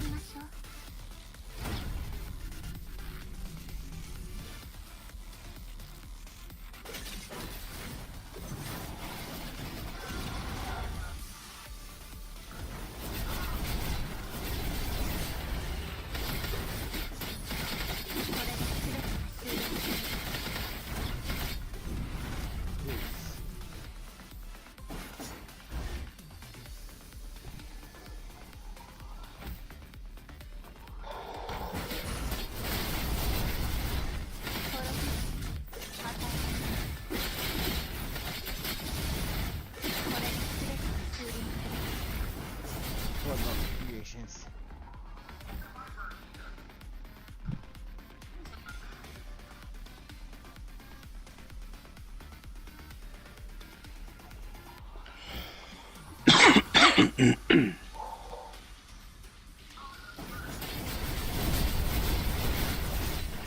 Is that all you got?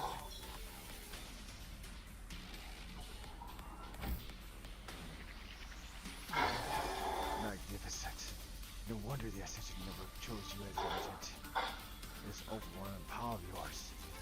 Show me more of it.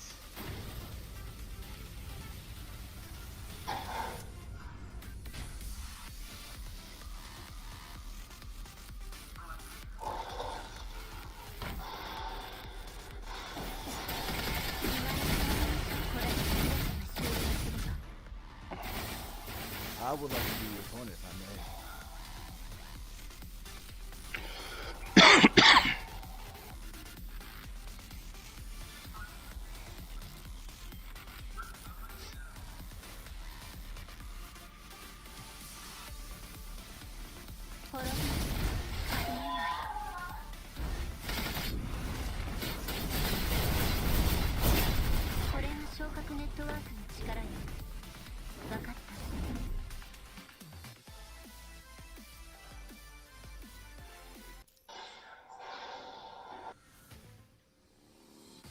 What follows is a one-sided massacre.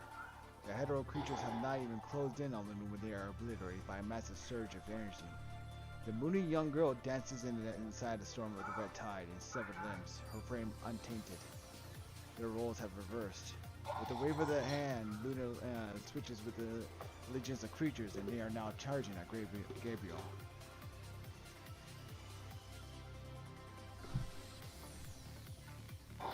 If these weaklings are your final plan, I must say I'm quite disappointed, Gabriel. Gabriel's body is skewered by multiple spikes formed by the Punisher virus. Murky vital fluid from him drips down the spikes, devoured by the hetero creatures remaining on the ground. Feel the difference between their power levels. Gabriel uncontrollably kneels. Luna drifts down from the air before Gabriel, her expression filled with pity. She leans down and touches his face. Even though Luna has not delivered any punishment, Gabriel understands that he has already lost her trust. In an attempt to demonstrate his last remaining loyalty, he succumbs and bows before the alabaster girl. This is not all. There is still one more card up our sleeves. An ultimate ace. Well, tell me everything.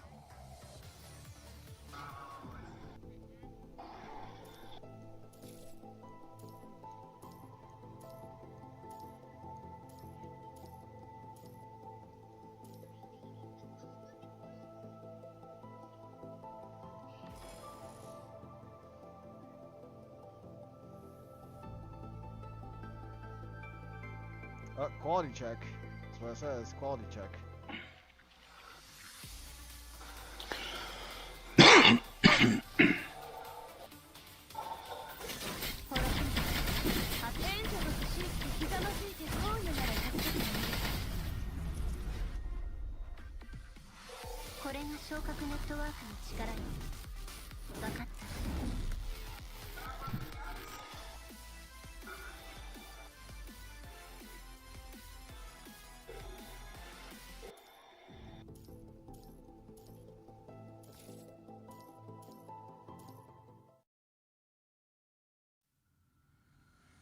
Come on, are you alright? I'm fine. Well, his stun grenade has not dealt any actual damage. It seems like he only meant to stall your advances. The road to the core area is blocked off from the inside. There's nothing we can do on this end. With this distance, no way we can cross without any flight equipment. No use waiting here then. Let's return to the surface to see if the support force has brought any equipment we can use. I can't believe he got away again. What exactly is he after? Understood. In the street for now, Commandant. The elevator in the core area rumbles as it descends.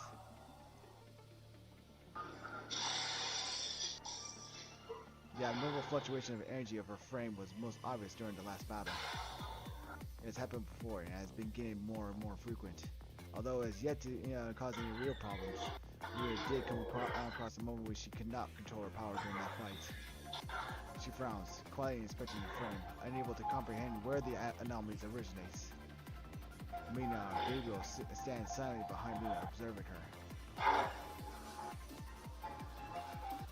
The elevator stops at the bottommost level. Gabriel removes his hat and holds it in front of his chest and raises his other arm. With his graceful showman-like gesture, the darkness parted like a curtain on stage, slowly revealing the form that has been hiding in the dark. All this for the Ascension Network. Asuna, this is my answer to your question.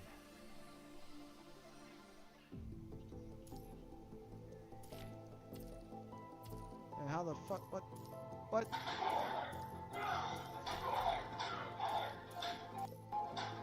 And what the fuck am I supposed to do?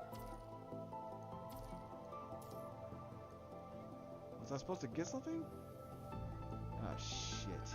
I'm gonna have to start over again. God damn it.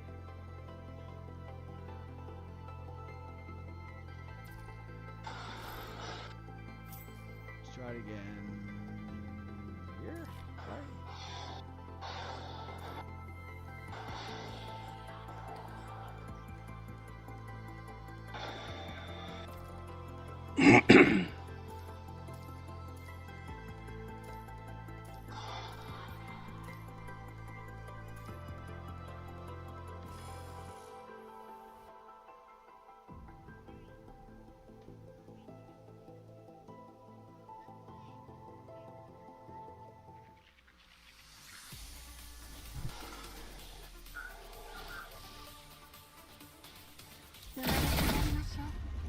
Damn!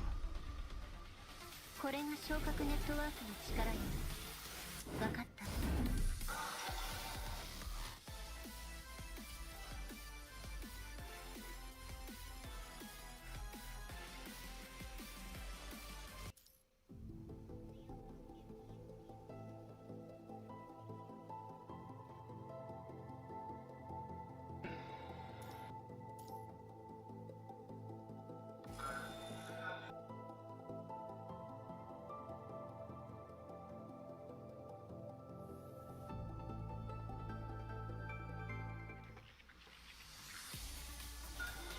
Quick. If this tracker is saying anything, the piece is getting nearby. これで全てが終了する。生まれ変わりましょう。これで全てが終了するわ。Okay. これが昇格ネットワークの力よ。分かっ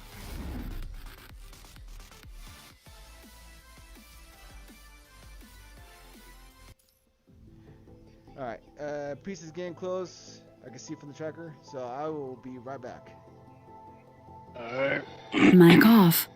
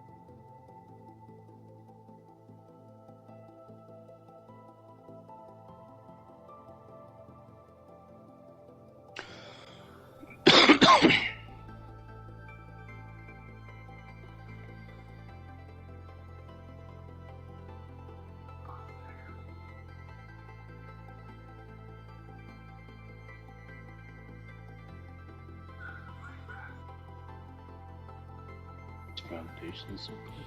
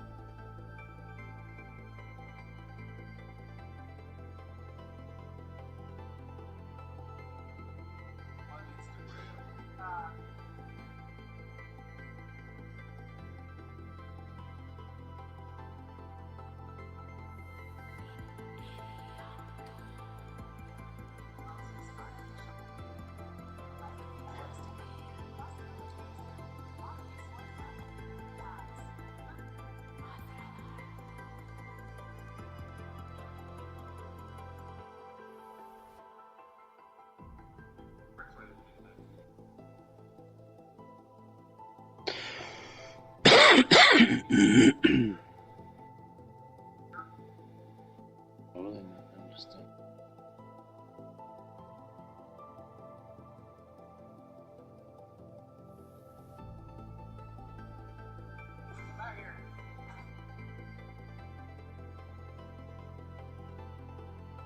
Mic on.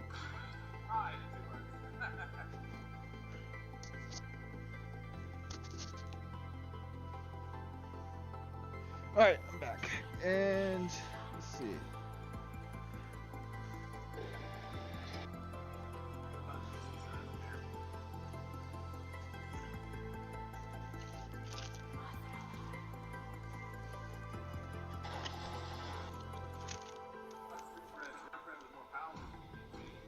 Whoops. Computer.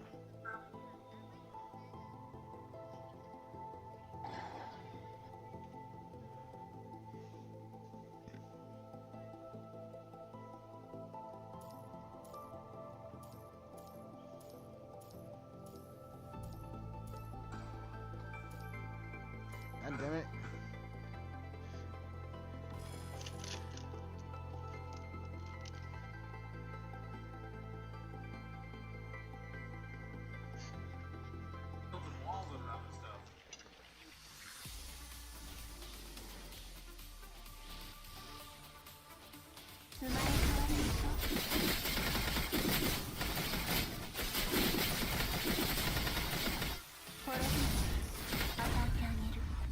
There we go. これが昇格ネットワークの力よ。分かった。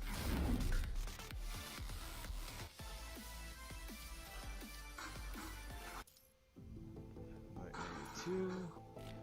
Now then, where do I need to go? I got that point. Okay. I see. Maybe.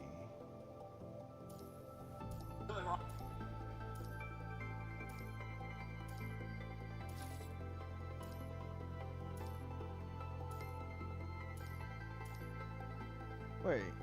Huh? So then, what the fuck? Hi guys, Steve here. On this video, I'm showing the elevators and how they work. Now you don't have to. The elevator platform then goes live on the track. Definitely say it was inspired by it. Roof opening is 2 by 3, so 6 towers are built, same size as a large elevator platform. You need to place the elevator track just at the side of that. It's joined to the centre of the platform. Put the track down first and snap the platform to it. Place the track down one at a time. This is how high each one is. When it snaps to a flat surface, there's nothing else around. However, it will snap to a pillar or another track. To get the elevator to work, the track must be connected to a power supply. Make this one a bit taller.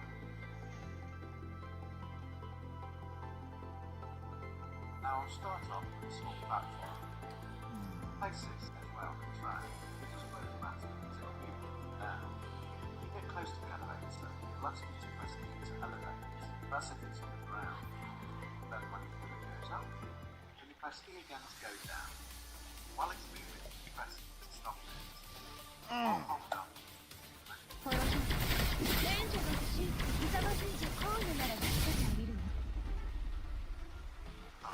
これが昇格ネットワークの力よ。分かった。 Damn it. All of them work in the exact same way. Press E to get it to I'll be easy to use. Now where the hell am I supposed to get this? Next we have the large Supply carriage in Outer City Ruins. Outer City Ruins? Be able to fit bigger dinosaurs on this around the base. Or like me, you find dinos and then take them at the top. I'll go up there now to show you the size. Some time has passed since the Grey Room and Scout are rowling back. He came at the right time. Also activated The right time again? She looks the same as always, but there is something about her that betrays her composure. It's urgent. You may be up to speed in 50 seconds. Remember Rowland from before? I do. She's been assigned to a different group. She has a good attitude, but is having a hard time fitting in, working with the team for fights. She seems absent all the time. She needs rest. The body can recover with rest, but it's gonna take the heart a lot longer to do the same. So given the higher ups that have suggested she have this part of her memory deleted, but it's having to because it's having too strong of an influence on her. Only this part? They said if they had Asimov do it, he could accurately conceal certain parts of her memory. The negotiating went well. They went over her compensation and even had her signature already. But she bailed at the last moment and came back here. She points at the email on the projection screen. It seems like she only just received the news. Should I go and help look for her? You've already helped me once, so I find it easier just to ask you. Okay. These are her coordinates. She seems to be around the Red Tide. I have your protective equipment ready for you. Go as soon as you can. If that happens, or if somebody destroyed the platform, then it'll leave a really big No! Following Rollins' coordinates, the Grey Ravens head straight into the Red Tide on Bridge's reinforced speedboat. The target is standing on the slab in the middle of the Red Tide. She appears severely infected and is about to wax out. With your monitoring goggles, you can see Rollins standing on an elevated slab of rock in the middle of the Red Tide. She's looking at the blood red water in which a red projection floats. A Red Tide projection? Speed up! What that means is on this platform, you'll push us through the ceiling tiles. The Grey Raven head for Rollins at full speed. Rollins walks towards the edge of the slab after speaking with the Red Tide, her expression now free of worries. Rollins, come back! She hears you calling for her at the top of your voices. She smiles as she turns to face this way. Rollins seems to have said something, yet what she said is drowned out by the splashing waves. A red ocean part. She waves at the speedboat that's speeding toward her. Then she takes a leap forward. I see. She worked for me before she joined the task force. She wasn't outstanding at all. We worked hard and we never crossed the line. Cheer up already. Bridget's comforting tone is anything but comforting. She forces a smile as she points at the footage from the monitoring goggles. Look at her mouth. She's saying thank you.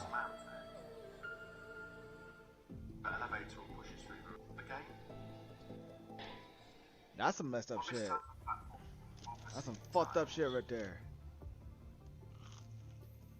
Don't want to come into land, but just have to stand on the platform. Look down and activate it. And I'll descend into my base without having to open any doors whatsoever. Really handy trick that I'll probably use on my doctor evil there. If you want to know how to set up a really secure electrical power grid, you can click this link. Thanks for watching. I hope this video has been helpful. If it has, please like and subscribe. Don't forget to check out the other helpful videos at the end. Those are quite good and spend ages on them. Bye-bye.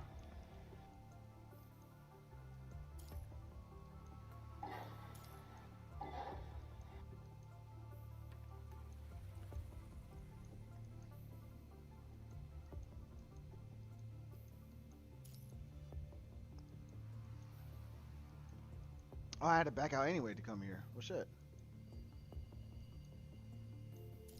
Hi guys, check out this side right here. What did you do? Tell me how you did it. Alright, medical supplies are stocked. Almost ready. So am I.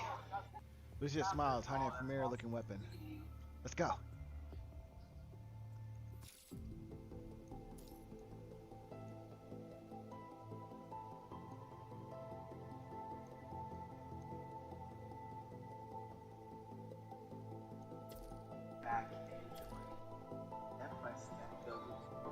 You know what? Hold on.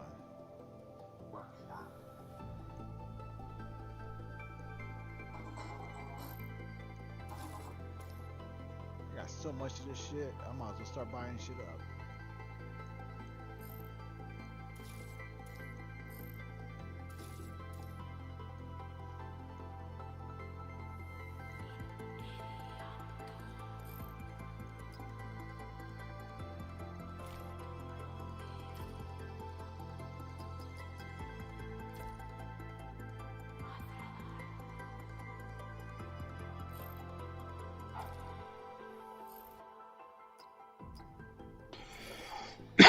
Alright,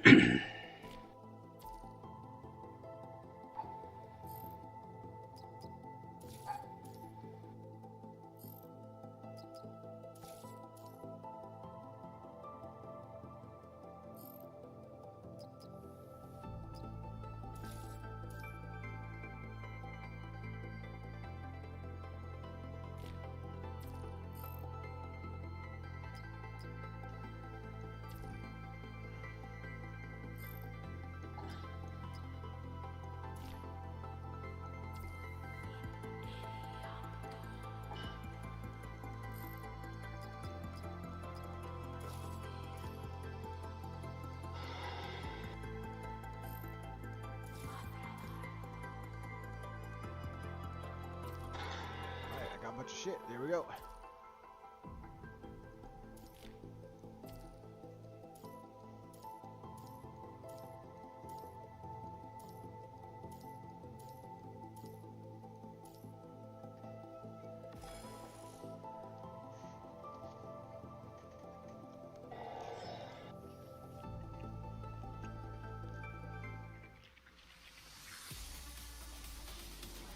Mm-hmm.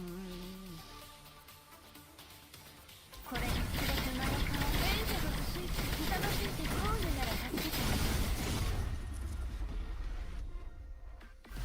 これが昇格ネットワークの力よ。分かった。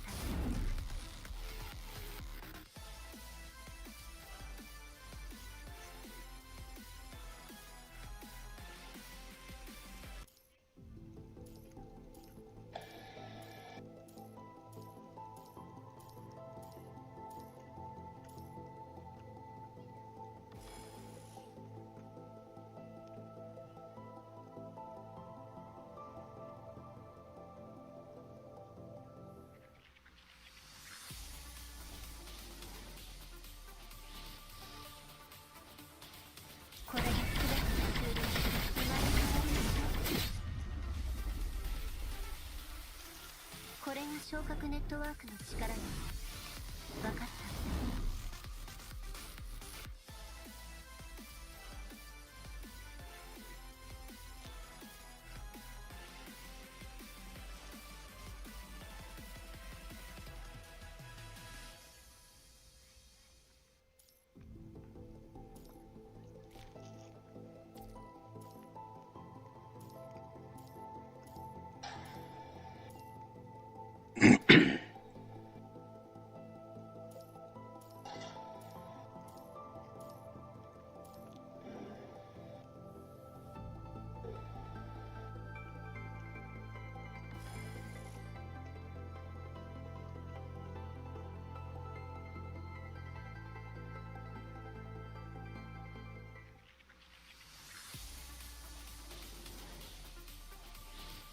Alright, here we go. これで全てが終了する。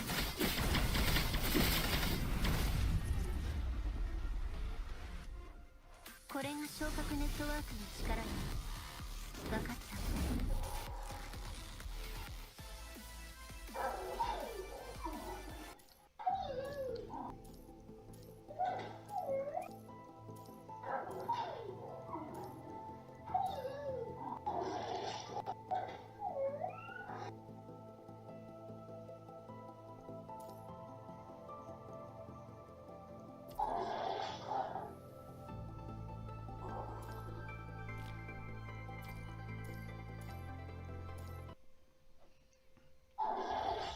The courier is up ahead. Once we're inside, we might be facing more than just rolling alone. The other ascendants. It's not unwise to wait for backup before advancing. What do you think, Lucia? Lucia? Sorry. Lucia, are you still thinking about what Roland said? Yeah. Even though I've been catching glimpses of her projection along the way, I still don't understand why Luna would become an agent. In my memories, she was the kind of person who'd save up food for her neighbors' children. But now, should we look into it? You mean, look into her records with the Spear of FOS? I hope her mind hasn't been altered by the punishing virus like the other corrupted. If she has, she wouldn't be able to retain her mind. We've seen so many unbelievable changes on our journey. I wouldn't be surprised to see one more. It's not unprecedented to the creatures of Earth. She has been completely taken over by the Punishy virus, as you said. She's only imitating Luna's mind. Even though I'm her sister, I will stop her. Let's find out. So much has happened during the time when they were apart, and now the two sisters are walking down drastically different paths.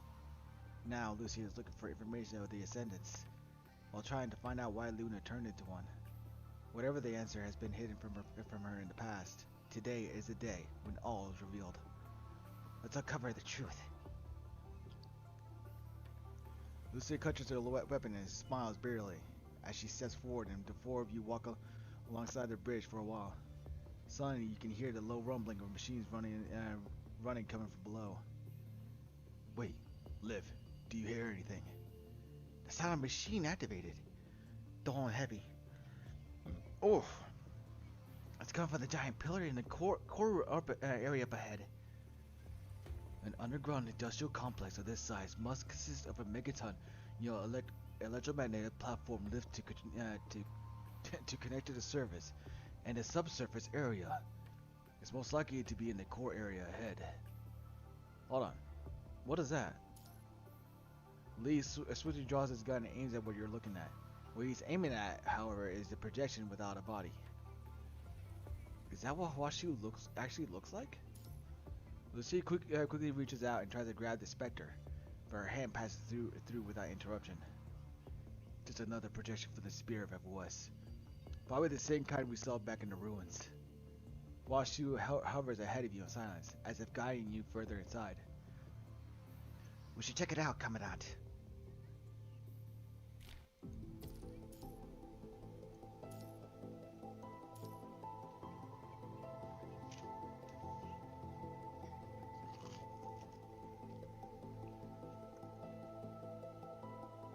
Ah!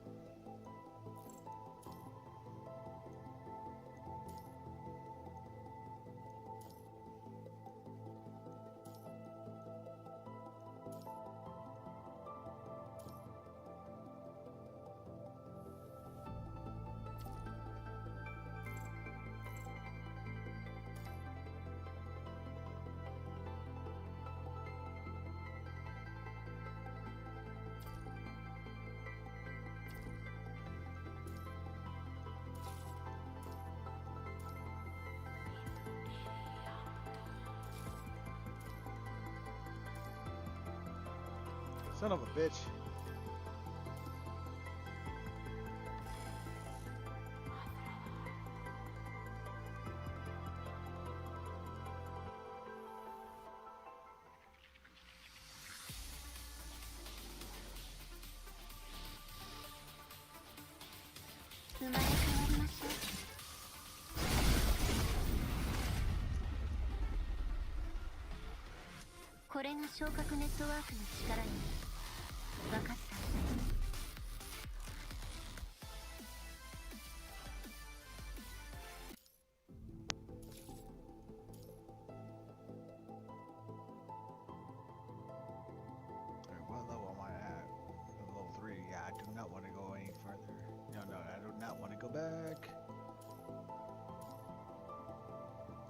Son of a bitch.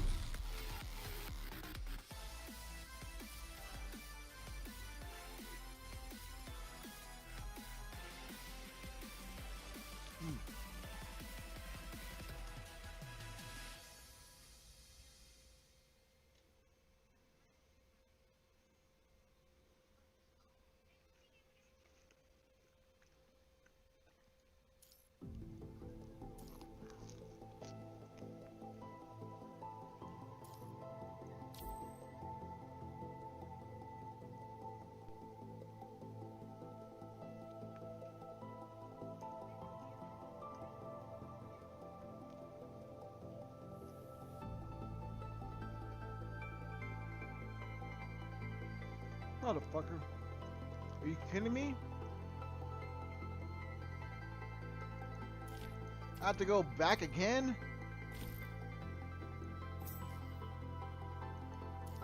Or no?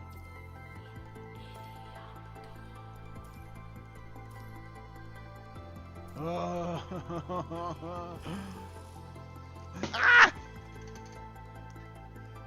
I dropped my controller.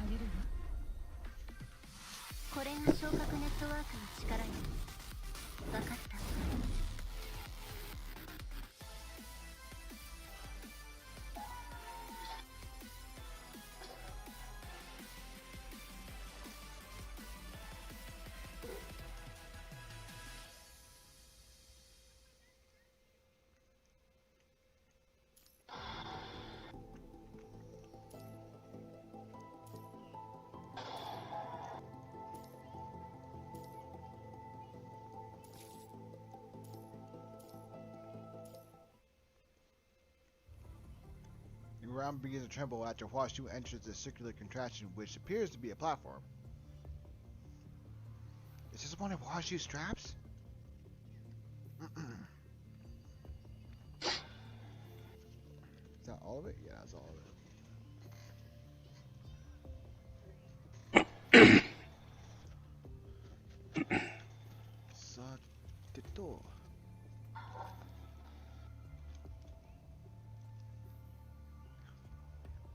No point in trying to be safe in the enemy's den. If Washu wanted to harm us, it would have been done already. But while everyone is still hesitant, and the platform rattles and begins to descend. No time to waste. We won't make it if we don't hop on now. Let's go. No holding back. Ah.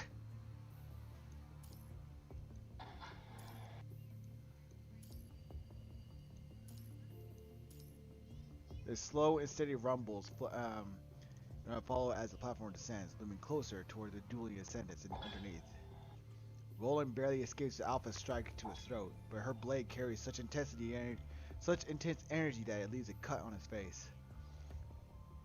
It may be a light wound, but the difference in her strength has nonetheless had Roland concerned. Should we go on? I can let you go if you stop now. I never wanted to do this, but you're the one who branded me a traitor and started swinging your knife. You're still of use to Luna, so I can let you go for the time being. But if you're in a hurry to die, I can make that happen as well. I don't think that's necessary.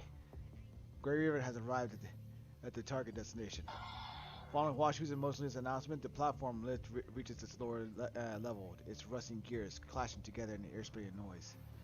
Now that your real guest has arrived, I'll excuse myself. To demonstrate my loyalty, allow me to share my humble insight. Be careful of that, Lucia. You're telling me to watch out for her? She'll get stronger and stronger. You, on the other hand, are no longer impeccable. What are you trying to say? My apologies. That was untoward. I offered my advice in sincerity instead of mockery. Before Alpha's blade arrives and cars into him, Roland leaps into the darkness with a teasing sneer and disappears, leaving her by herself as you four step out of the platform. Grey Raven, Lucia, I'll offer you a painless death before you make the same mistake.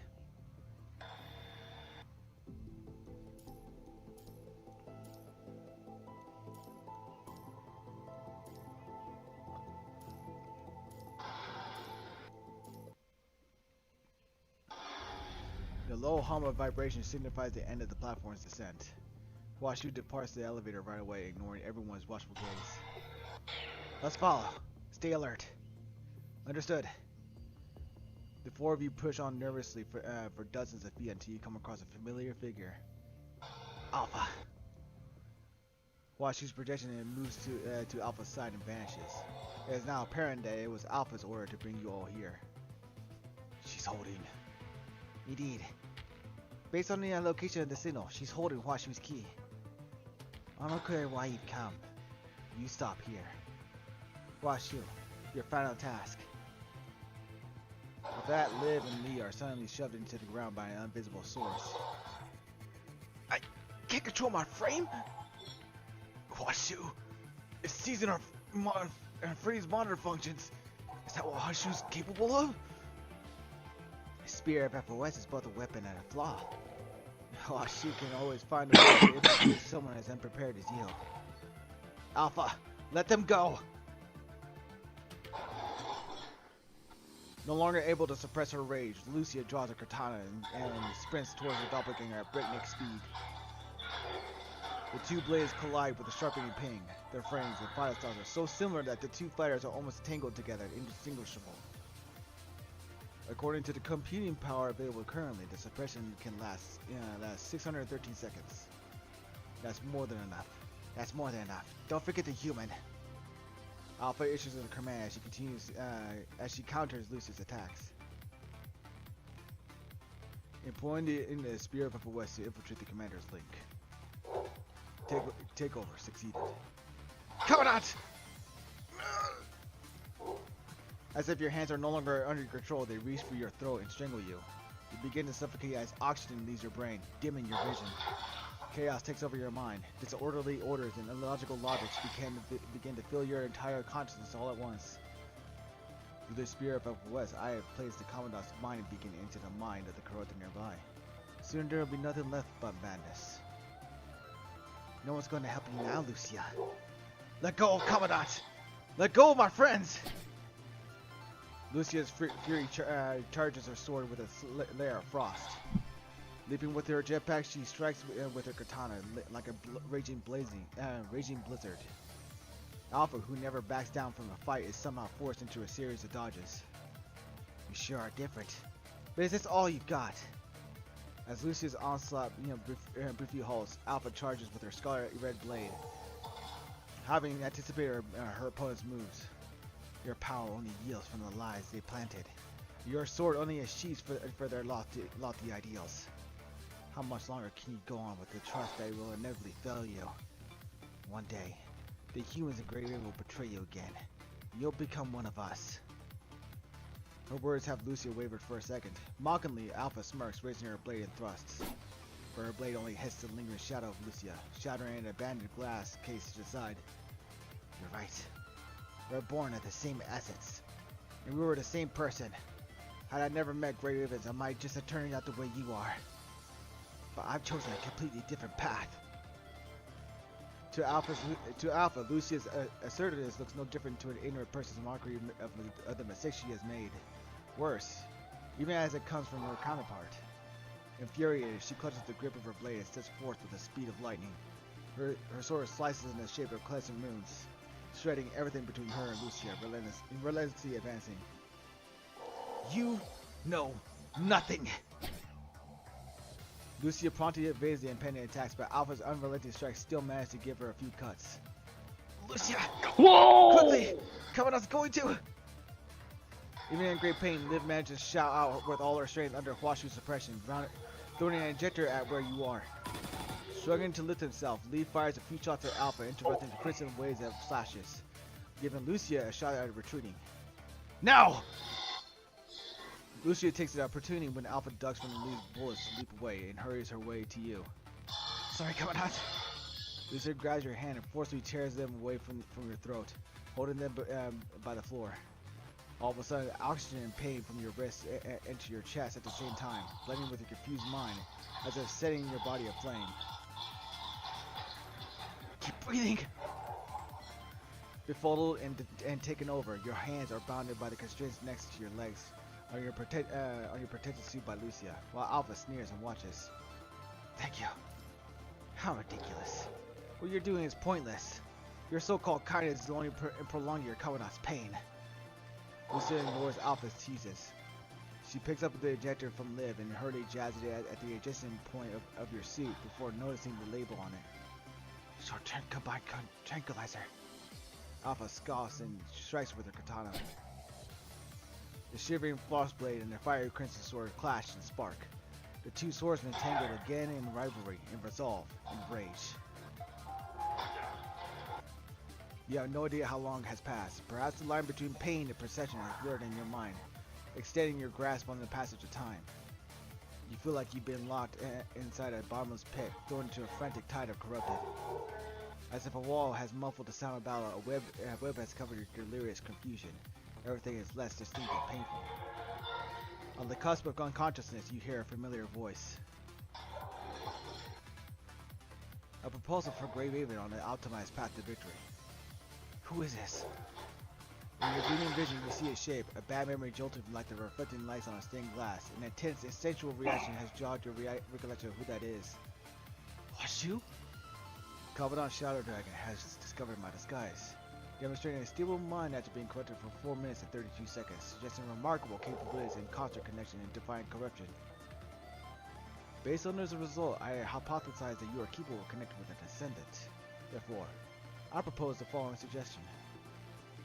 It infiltrates Alpha's mind by leveraging your connection with Lucia, who originates from the same source. Why would you do that? What will it do to Lucia? With Alpha in mind, you can buy the Grey Ravens some time. This will not affect Lucia in any way. Disable your attack first. You can evade her yourself. I cannot disobey the order from the level 1 user. I can only do what has not been forbidden. What do you need me to do? Stabilize Lucia's mind from Alpha's interference and give her the same clearance level as Alpha, so that she can order her own deep mind. At this stage, only 2 people with the same clearance and origin can synchronize. How does that benefit you if Alpha fails? I will not be destroyed by the Ascendant Alpha. That's it? The remaining information is classified. To encourage an agreement, I can inform you of a helpful piece of detail. Based on the results of the simulation, any decision other than the cooperation will lead to Grey Raven's demise. I believe Lucia will win. Children, you have not considered the challenges posed by the environment reinforcement. So this is the only way. Agreement reached. I recommend staying awake, Covenant. Is that a joke? Let's start protesting protesting their reasonable demand, you're waiting consciousness. Huaxu no longer answers you. As the feverish images ping-pong between your senses, you are still far from awake, even if you can maintain a stable foundation. If you have to stay up until Huaxu is ready, not before pieces of shattered glass reflect the fading light and a vague resemblance of hope. I suppose I have to do this the old-fashioned way. Yippee-ki-yay, motherfucker. As you stand up, the broken glass on the ground cuts you, and the blood and pain pull your consciousness to the surface. In your disoriented trance, Hassan's reminders from your last conversation emerge once more. You mean, a part of Lucia's memories has been hidden? That's right. Now that her frame contains some data from Alpha, maybe it's time she has the full memories back. Nicola withheld a part of it out of concerns. He believed doing so would benefit our ongoing fight, but that only solves our immediate problem. The longer it's held back, the easier Lucia gets lost in confusion and doubt. I believe her bond with the Grey Ravens can keep her from crossing that line. I sent an access key to your terminal. It'll allow you to use the Spirit of FOS to access Lucia's deep mind. That's where Alpha's memories are locked. You should know what that means. It's up to you to decide when to use it. Why give it to me now? It's because I believe Lucia will not cross that line anymore. If you're wondering why I'm not waiting until there's a breathing room, I'll let you know that I've seen too many people lost their lives in my lifetime because they were in doubt. I don't want that happening to you. No point in picking a proper time then. The president was right. But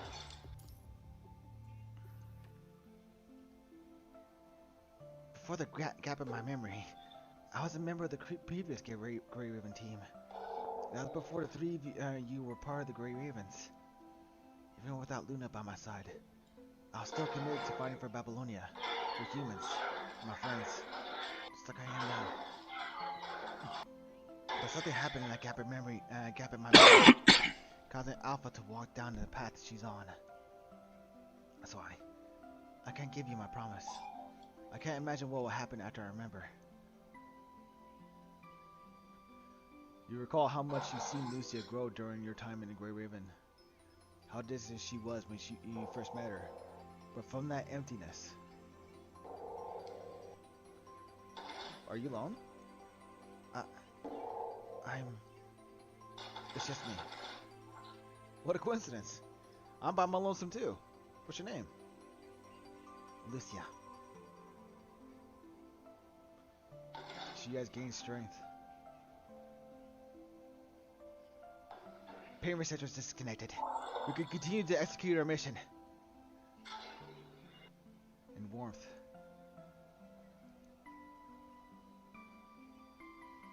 This promise is what I want to treasure and protect. That's why I no longer treat myself only as a weapon. It doesn't mean that I will lose my edge.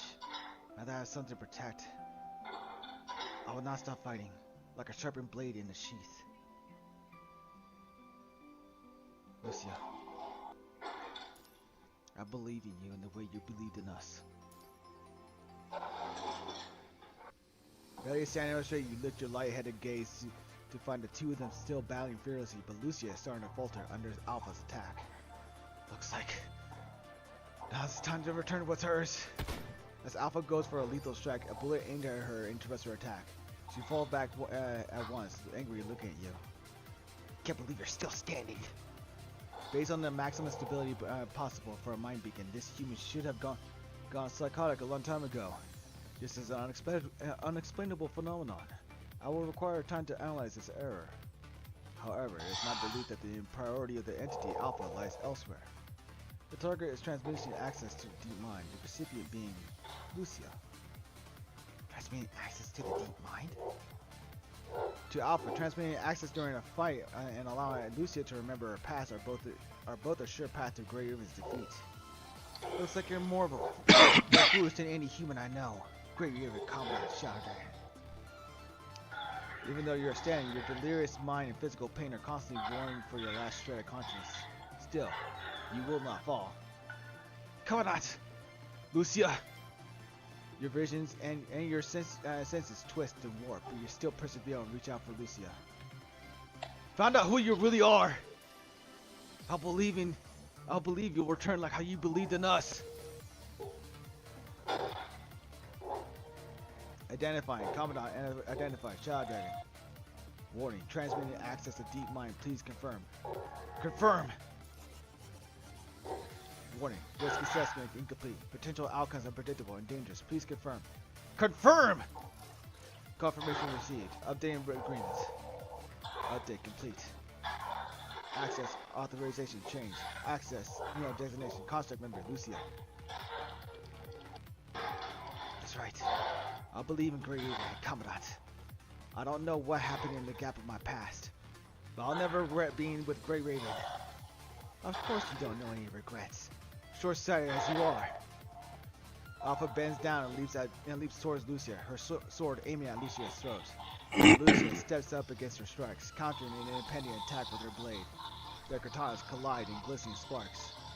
Maybe I don't know what happened in the past, but I know what's here now. I don't have any regrets because I'm ignorant or foolish. It's because every day with Grey Raven is a memory I hold dear. Their bodies are bruised and wounded from each other's attacks, but neither of them is showing any apprehension. Clutching their weapons, they're unrelentingly looking for openings between their breasts to strike. Huashu!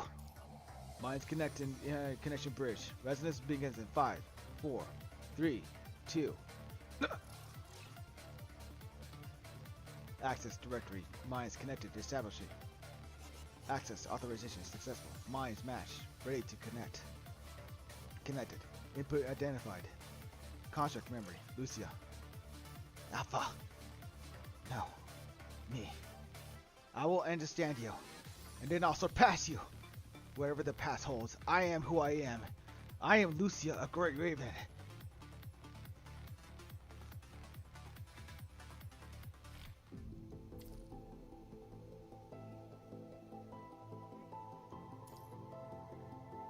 Oh, is it? What?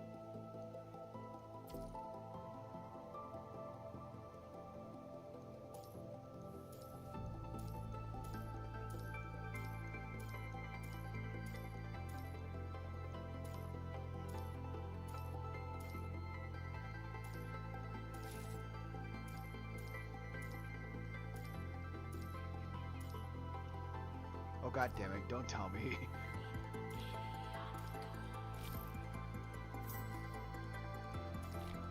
Yep, okay. How much more of this chapter am I going to go through? Okay.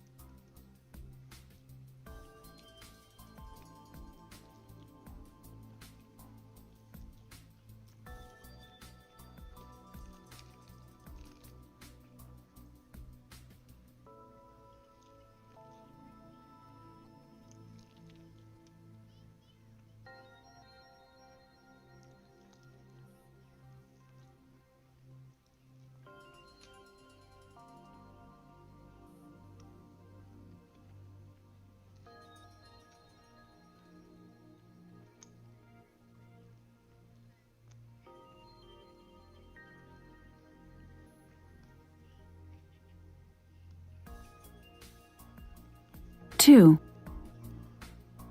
3, 4, 5, 1. Right. There we go. Deep inside her mind, someone seems to be waiting for Lucia. Alpha!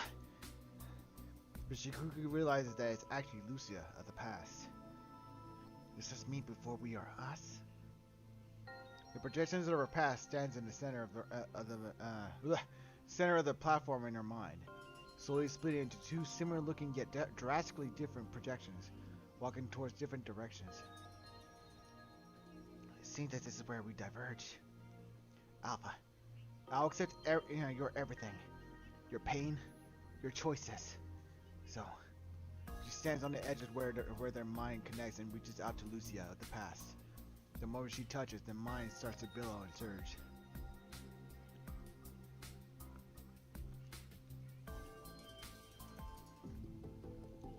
I'm gonna try to.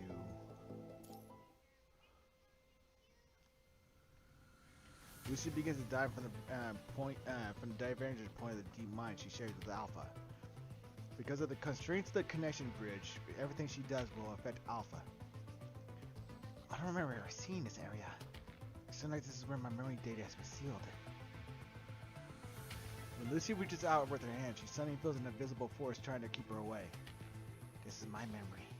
I can't back off now.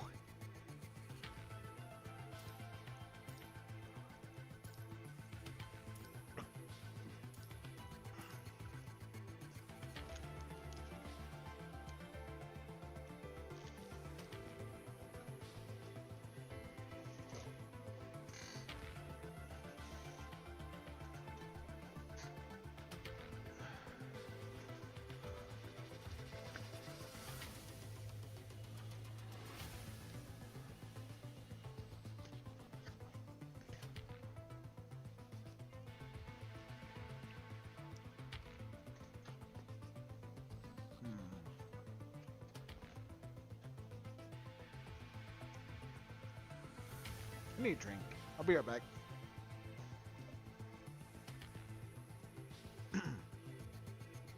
Mic off.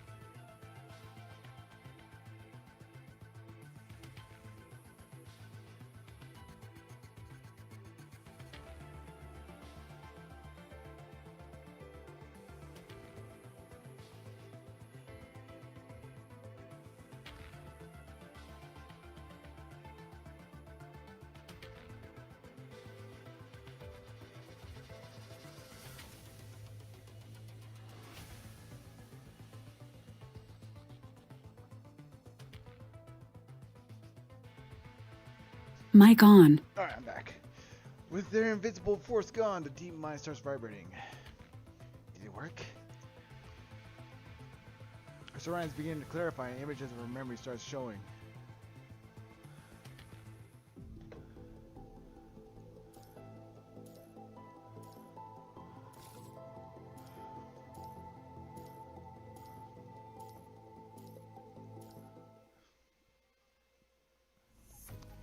After leaving her two teammates, Lucia rushed to the destination as fast as possible. But all that remains was a sea of wreckage with no sign of survivors. Commandant, where are you? No matter how many times Lucia requested a response in her comms, there was no reply from the Commandant. Lucia began to feel uneasy. Is it because of what happened? The Corta suddenly emerged from a corner of the ruins. Its sharp claws almost cut into distracted Lucia. A corrupted? More than one, it turned out. A swarm of corrupted began to head towards Lucia from all directions. Why? Hero should have led them away. Unless he's already. Lucia tried to connect with Hero while trying to track down the corrupt, while taking out the corrupted around her, only to find his communication channel blocked, leaving behind a chilling audio of the system prompt. More and more corrupted were lured by the sound of battle. It was not the time to speculate. I had to get out of here and find Hero and Commandant. They must be worried about me. And then she heard a gunshot come from somewhere ahead. Could that be the serious foe? Or is it the Commandant and the others? Having lost all contacts, the only way she could confirm it was by approaching the gunshot. A deadly fight seemed inevitable. Why? As she ran, Lucia grabbed hold of her trembling right hand. She was never afraid of a fight, but right now she had terrible feelings in her gut. The expected brawl did not happen. What awaited Lucia when she arrived was a fallen construct soldier equipped with a short-range jetpack, but he could no longer fly. Hero!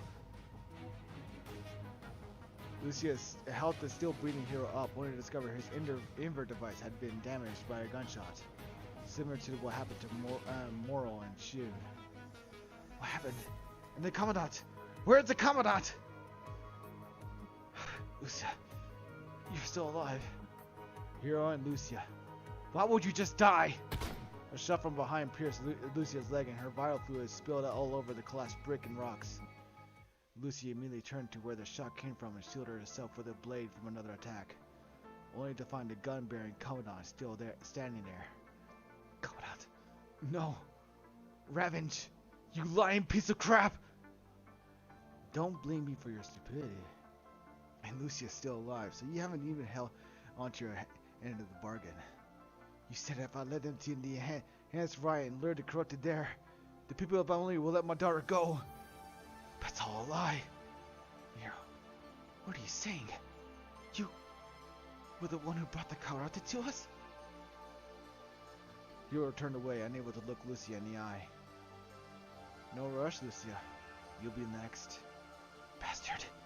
It won't end well for you. Oh? Weren't you the one who started it? It was a coincidence that I ran into the affected construct who maintain a self-awareness. He paused for a second when he said the word construct, as if he could not find a proper term to call that unique being. I wouldn't have said anything if you weren't threatening my daughter. He's an ascendant. That's what he told me. Fine. You said you were bringing an army to defeat this ascendant, but you're just here to connect with him. How could you override something like that? The lives we lost, all because your mind was corrupted, causing the ascendant to go berserk. As Hero cried out, Lucia recalled the horrifying scene a few hours ago. No one survived. I would not protect you. You would have. Hero thumped the ground with his fist in anguish. The frantic motions created a few more tears on his scarred body. Kodat, you said you would take responsibility when we were heading back, but now you're... No one will know if you're all dead. As the only survivor, I'll get to be the commandant of the next great event, and you'll get a medal for your courageous sacrifices for protecting me. Does that sound nice? Ravage grinned as he raised his gun towards Hero. Lucia, however, stepped in front of him. Lucia, Commandant, We're here to destroy the corrupted, to reclaim Earth. That is the dream every Grey Raven shares. I can't understand why you'd want to become more powerful in order to achieve this dream. But there have been too many sacrifices. You have to stop making the same mistake. In the face of Lucian's challenge, Raven laughed and said, True! It was my judgment that led to this slaughter. If you're all dead, I'll be able to blame it on the enemies. I'll come out of this guilt-free. Hysterically, he laughed, lowering his gun. Donut, there are still traces of corruption in your mind. Please, return to the base with us now. Corrupted. I'm not corrupted. I'm enlightened. The reason we failed this time is that we brought too few soldiers. You useless trash. That's why we couldn't take down an Asc-Net. The reason we failed is you. If you hadn't made the unauthorized connection, so many of us would have survived. So many of us would believe in the future when the Earth belongs to humans once again. And look where it's led us. Do you still believe in that? I'd love to kill all the corrupted as well, but that's impossible. The only future humans have is the one shared with the Ascendants, who control the Punishy virus. Raven's movements was barely noticeable before he aimed to fire Lucia's inverter device. She was prepared for this time, however, and blocked it with her blade. Lucia, you being so powerful really is a pain in the neck. Lucky your inverter device is still connected with me. There are many ways to corrupt the construct. All of a sudden, Lucia's inverter device issued a warning. Ravage had lowered its defenses with the Commandant access. The immediate assault to her mind caused Lucia a great amount of pain. Poor thing. Had you died in the hands of Riot, you wouldn't have to suffer this much. Ravage slowly approaches her and aimed with his pistol. But the moment he pulled the trigger, a crimson light flashed by. His robotic arm was severed cleanly and flew into the air. Even the fingers were right where the trigger was. Why? Why can you still move, Lucia? I'm used to this kind of pain. Even though the punishing virus was still hurting her gravely, Lucia's sword-wielding hand had stopped shaking.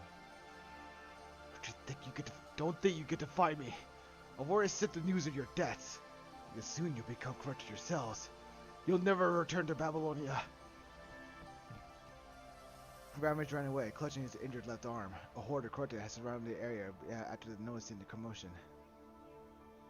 Lucia, go. You can make it on your own.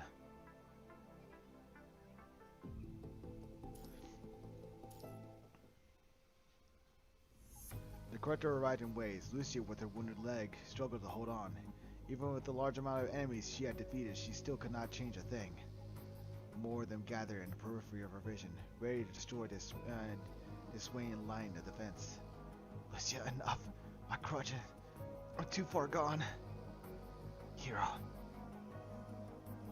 He took off his tag and handed it to Lucia. I'm sorry, Lucia. I'm sorry, Shun. Moral. Now I must ask you to kill me before I turn into the enemy. Hero smiled wryly and shook his head. Or perhaps we are humanity's enemies all along. They looked at each other in silence. After what must have been forever, Lucia pointed her katana towards Hero. We are the blades that protect humans. But mournfully, she looked at the corrupted army surrounding her. I had to save Shun and Moral. Having made up her mind, Lucia tried to carve a path for herself within the corrupted horde, but the number of enemies had far exceeded what she initially thought. Damn it! Despite still being tormented by the Punishy virus, Lucia continued to destroy the enemy around her. She had no idea how long she went on when she saw the two familiar figures in the crowd. They acted as if they knew all her moves and weaknesses, and similarly, she knew theirs inside and out. However, unwilling to face the truth, the tags hung around the two figures' necks dragged her back into reality. Merle, Shun, it's you. Lucia could no longer hold on to her katana. She let it drop into the swamp. The crimson blade that had been wielded with honor and slaughtered countless corrupted was now covered in mud, filthy and tainted. It's okay. At least I'll be recalled. Now let me release you from these infected shells! Picking up her teammates' tags, Lucio turned and looked at the approaching corrupted. These corrupted. How many of them have gone through what happened here today, causing their infections? They used to believe in someone. Hi, you must be Lucia. I'm Ravens, the Great Area Commandant. I need you to become our strongest soldier against the corrupted. The perfect weapon. They used to fight with their companions. Lucia, you're not lost. God damn it.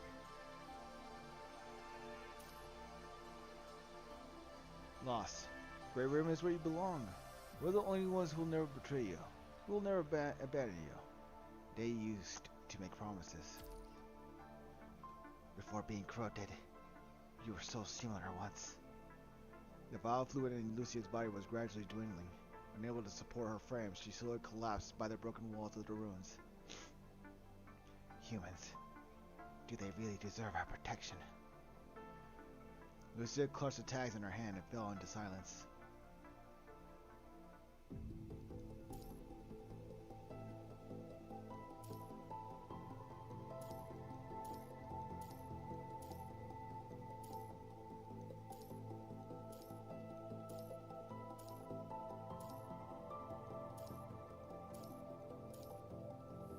Is there anything else you can go into?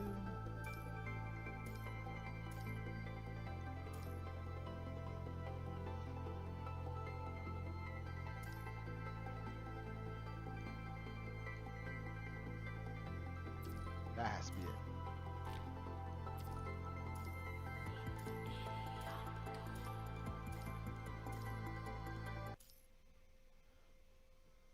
Alpha stands just a few meters away, assuming you haven't been waiting for quite some time now. How does that memory make you feel? I'm lost for words. Let's see what your katana has to say then. Alpha points her blade at Lucia.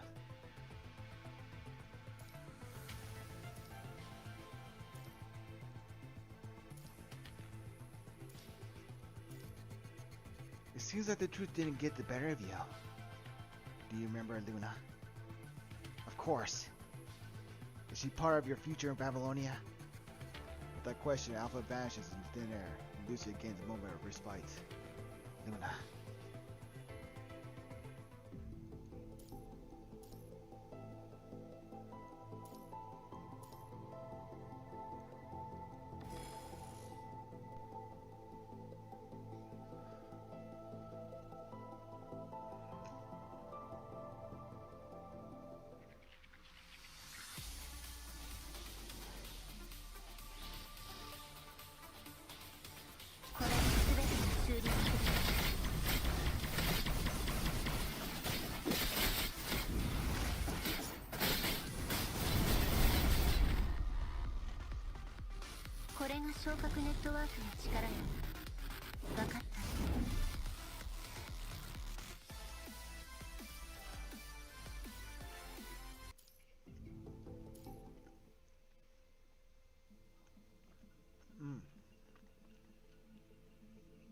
Lucia moves forward while thinking about Luna. Perhaps influenced by this longing, the mind growls and blocks all the pathways around her. These are the humans you believe in, sister? Luna? The image of Luna appears before her. Although Lucia knows that it's just a projection of her consciousness, she still cannot resist getting closer. Lucia, why can't you stay here with me? As long as you stay here, you won't need to remember those sad, bad things. You can stay here with me forever. Come on, Lucia. Hold my hand like you used to. There was a time when I regretted letting Luna face the danger of becoming a construct alone. If I could, this time. Lucia knows that if she grabs her hand, she'll become a second Alpha. No, Luna. Although I understand how Alpha feels, if this memory wasn't, withheld from me, I would have chosen the same path that she did for sure. But you cannot change the path you have taken. And you can't change anything. The frail girl before her sighs, and the surroundings twist and shift. Lucia is now somehow back into the initial divergence point and finds Alpha standing on the other end, staring at her. Have you met Luna? Scorning Lucia's silence, Alpha sprints towards her with a weapon in hand.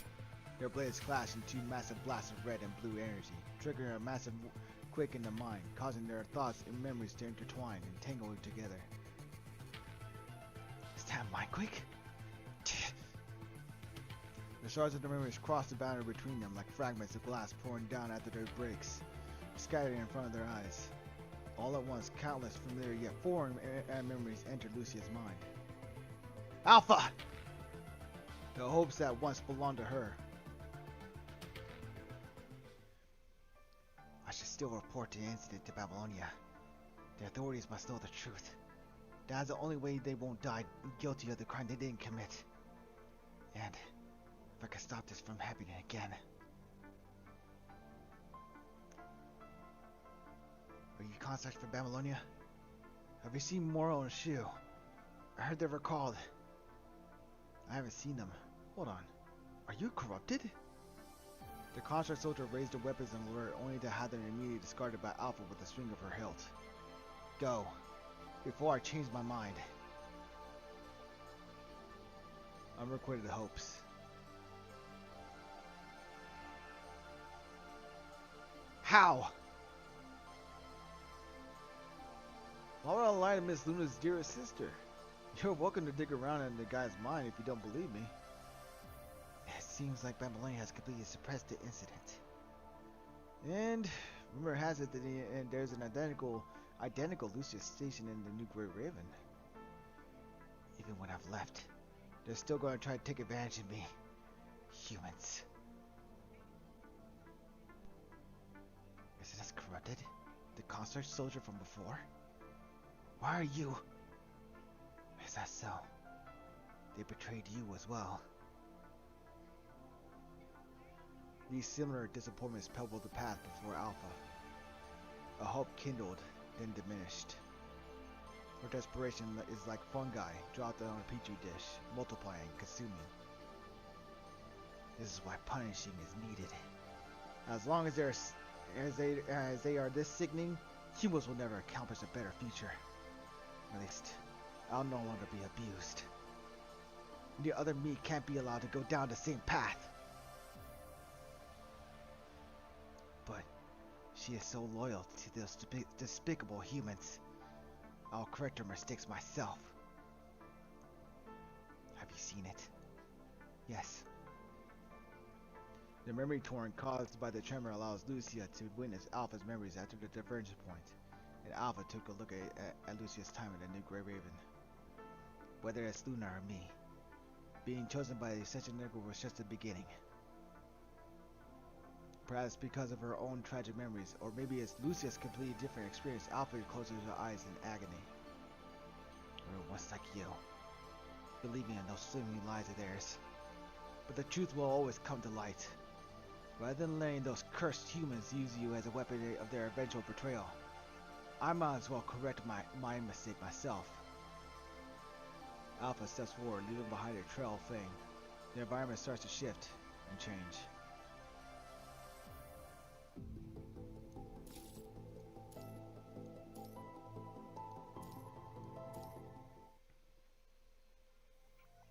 Alpha slowly opens her eyes in a barren set of flame. She's corroding my consciousness. I can't believe the mind connection is capable of that. Shu's connection has twisted their minds together, but Alpha's intense fury causes her part to further expand.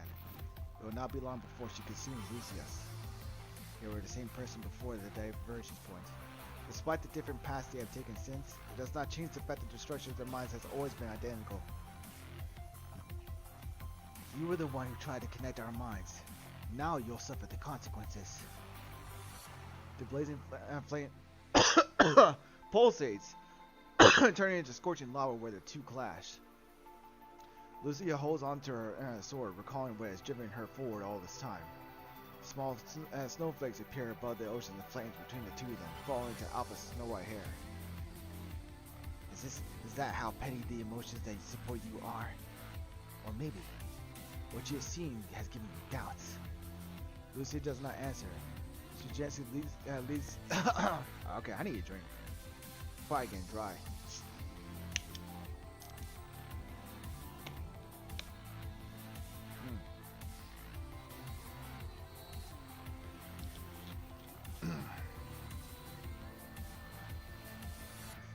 She gently leads with the tip of her toe, aiming her blade between Alpha's eyes, but the space shifts again before she hits, creating a stone wall in her wake, blocking her strike.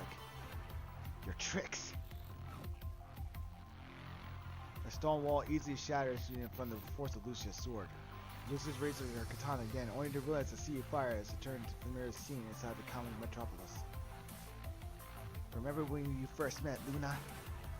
Of course. Then let me ask you again, Lucia. Is the present and future that you're protecting a world that will abandon her? Alpha effortlessly dodges Lucia's cross slash. Utilizing the moment that Lucia lands, Alpha takes her blade and grazes the floor in a quick spin, sparking a ring of fire around her before throwing it at Lucia. The me who runs away from the past will never defeat me! She leaps over Lucia with ease. As the sound of their blades meeting echoes, the projection of the tables and chairs around them crumbles into dust. Alpha stands wordlessly in the smoke, concentrating all her energy onto her blade and striking the approaching Lucia with all her might. Now you'll break under your doubts and regrets. She stares at the fallen counterpart in the ruins, repeats what she has just said. Except this time, she's speaking to herself. No! I will not abandon Luna! What? The glass table and the chairs reappear inside the projection column, all flying towards Alpha. She immediately counters with her sword and cuts them into pieces as they fall to the ground. But what follows is a devastating strike that comes with all the energy Lucia has been accumulating. That still won't do! The lanterns hanging on the beams all light up from the sparks of their blades. They are once again surrounded by a sea of flame.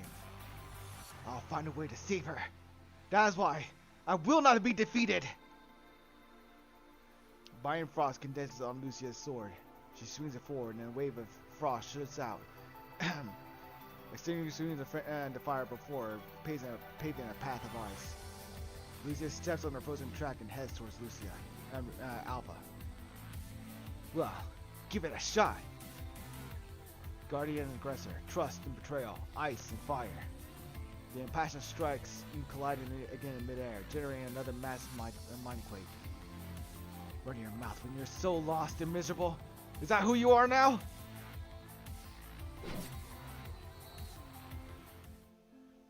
Shattered ice turns to scattered snowflakes as Lucia's mind falls into an endless pit.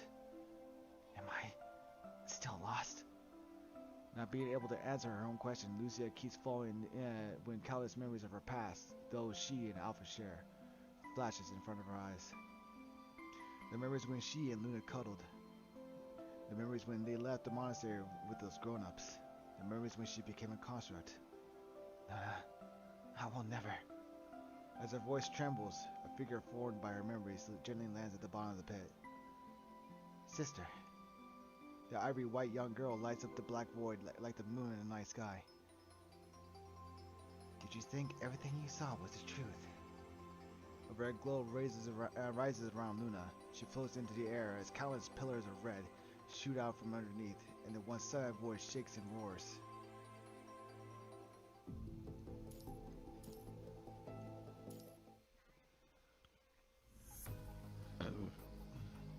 Deep Mind is now shaking violently because of the red pillars. As the red dots of light diffuse, noises echo through Lucia's mind. Her heart-warming memories now have turned into despair magnified. Please stay here, Lucia. No. You're not Luna. You're just an illusion. An illusion, not an imagination. I'm restoring your memories put together. Nothing that Lucia says has changed anything. Her mind is slowly being contaminated by the red lights. The bond you always believed is the real illusion here. No, it's not like that. Let me show you then what I see with the Ascension Network has shown me, and what you're about to experience. As Luna lifts Lucia's chin and touches her cheek, memories pour into Lucia's mind. Memories of when the planet formed, when the oceans abounded with life, when lives were born. But then comes endless bloodshed. The few spared by wars bear children, who then breed still more war. This is how they've evolved to survive as the fittest. To stay alive, the weak have learned to be even more despicable. They deceive, betray, pretend, and lie. Following this contaminated river of time, Lucia sees a monstrous creature on the other side, having been discarded as if it was garbage. Lucia, are you also going to leave me too? The monster does not cross the river in time, and its body gradually decays, leaving traces of blood on the ground.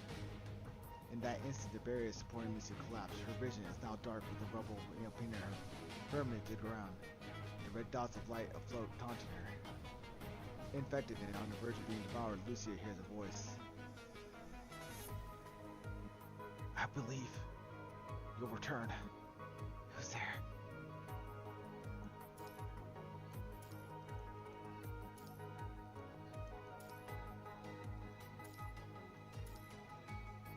Lucia, come back! We can still make it! We still have a chance to make a change! You... coming on? Memories flash before her eyes, giving her strength. I believe in the way you believed in us. So, believe in yourself, Lucia! She looks in the direction from which the voice came from. Right above the abyss, a beacon shines bright, the same way a star would at the dead of night. It's coming out, Mind's beacon. They're all waiting for me. With what little strength she has left, Lucia escapes from the rocks and heads for the glistening star above. I can't change anything staying here. I need to go.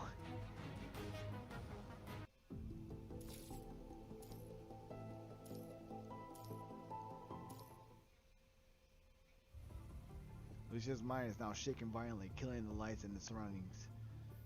The mind beacon in the distance seems to have grown dimmer too. Something might have happened to the Commandant out there. I need to go now. There's still time to stop my mind from being devoured.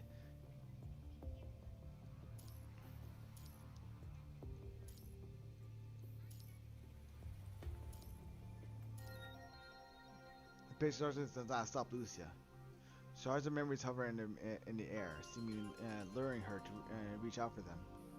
These are what happened before the divergence point. She reaches out for the shard in front of her, but she stops as she hesitates and looks up at the mind beacon. It could be a clue, or it could be a trap to stall me. Lucia feels much safer seeing the mind beacon's soothing light. She reaches out for the shard.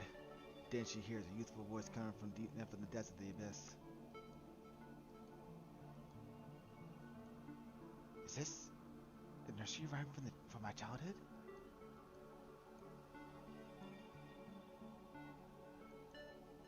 Luna.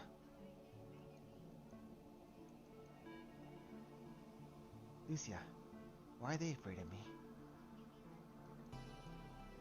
Lucia's mind is now shaken violently again, sending the shards of memories flying into the air.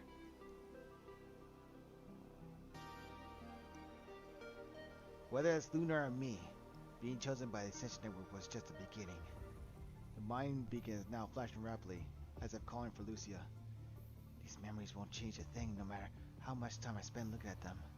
I should go now. They're waiting for me. The pitch darkness clears up. Right above the abyss, a star shines brighter than ever. Target found. I'm moving on.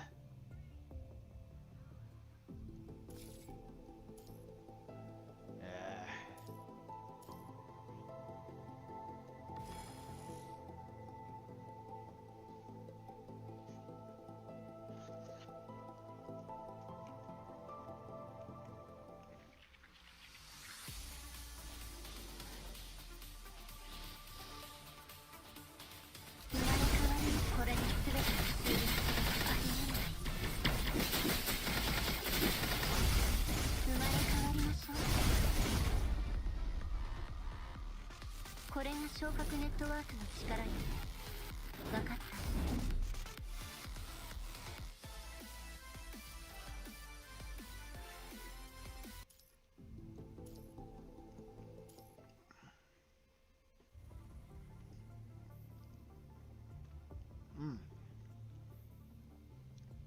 Lucia's mind is shaking violently once again, killing the lights in her surroundings.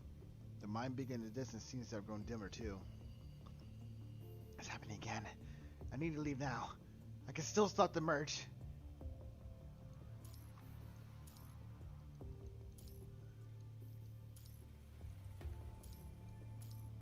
The pitch darkness returns, but it does not stop Lucia. Shards of memories hover in the air, seemingly luring her to reach out for them. Their memories and before their divergence points are back.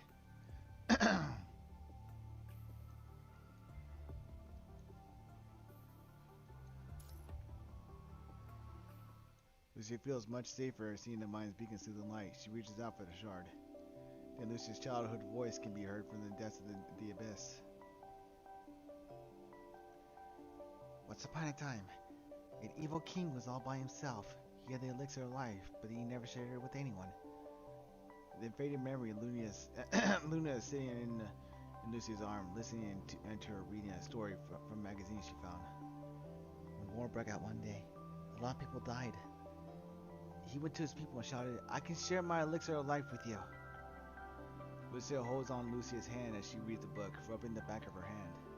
Some people said no because they didn't believe in him, but some said yes because they were desperate.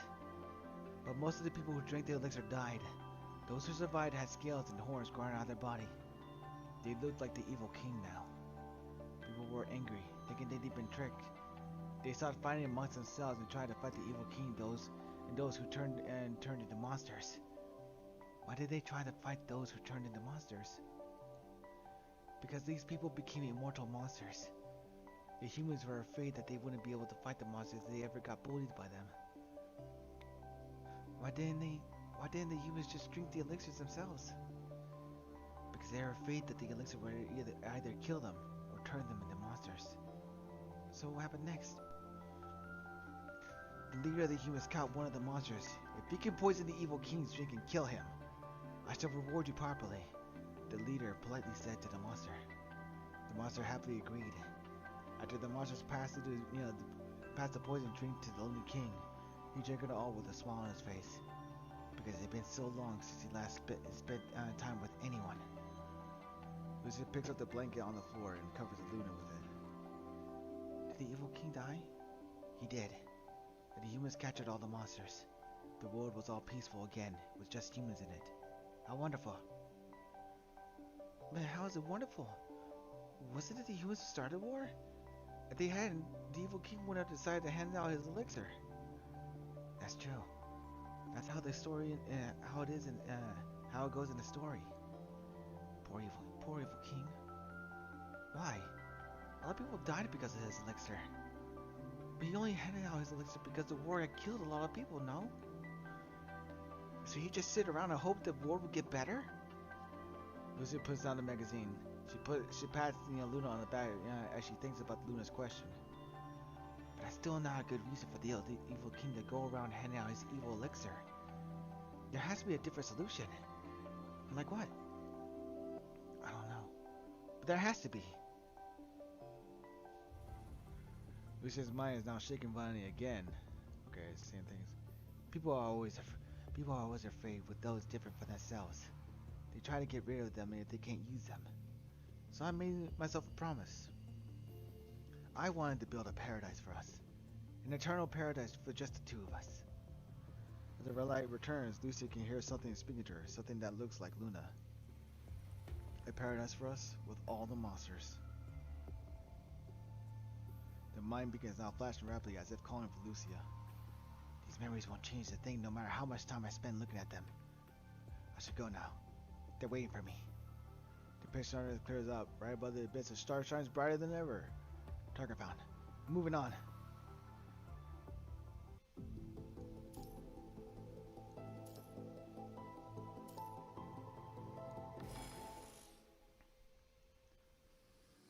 Mic on.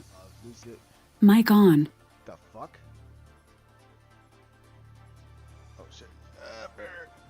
this right here.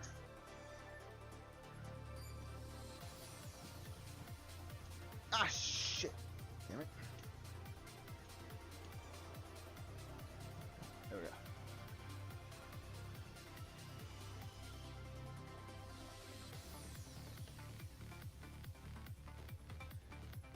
There we go. Focusing on the mind beacon above, Lucius tries to drift upwards within the dark pit. Having gone over attachment, etc., regrets. Lucio escapes the abyss from before the mind merged beyond the diversion point. I made it. The merge hasn't crossed the diversion point. My consciousness hasn't been devoured. You won't be lucky next time. Looking in the direction of the voice, Lucia finds Alpha staring at her with furrowed brows. That's not for the connection. Alpha tightens her grip, focusing her energy and rage onto her blade. Yet hit and wariness appears on her face. You're also affected by the mindquake? Before your conscience completely dissolves, our minds will be tangled like a knot, impacting each other. So the voices I heard during the quake, it was you. What did you hear? Wait, no. I don't care what a dying person had heard. Alpha's katana had amassed all of her energy, and she charges at Lucia and strikes. With a loud ping, Alpha's flame is easily subdued. No matter how hard she tries, Alpha cannot extend her fire beyond herself. How? Alpha, you're the one who cannot overcome her regrets. How can I still have regrets when I've been found? Because you turn into hate. A person who is motivated by hate is the one who can't step into the future. Now you won't be able to block this! A chilling glow gathers on Lucia's katana. She lifts her head, her gaze on Alpha no longer in doubt. Good. If you want to use the connection to thwart me, then have a taste of this. No, you won't! Gathering a winter storm, Lucia strikes a rise with a sky full of snow, only to find Alpha not blocking her or moving her away. Instead, she dives forward and embraces Lucia. The katana pierces through Alpha's body. Although her physical form is unharmed in the mind, her psyche still takes a heavy toll. What are you doing? Alpha says nothing. She clasps around Lucia's waist with one hand and grasps her neck with another. And with Lucia in her arms, she jumps off the divergent point. Alpha, you want to dive deeper? Your hope won't save you, so drown in the goddamn truth! The mind responds to Alpha hatred and releases a thunderous roar. Shattered shards begin to fall everywhere. I'm not running from the past. I accepted their betrayal. That's why I want to make a change. Don't you want to change things as well? Isn't that why you became an Ascendant? As they entangled in a struggle, they once again fell into the deep mine.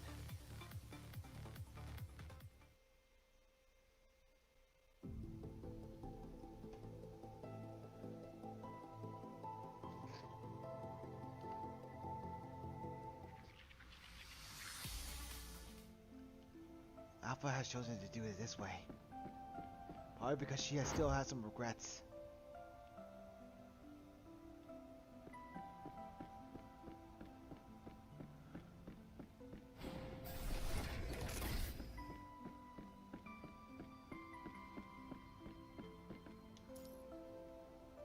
Even after becoming a Ascendant, I was still searching for them. But the promise was recalled was a lie.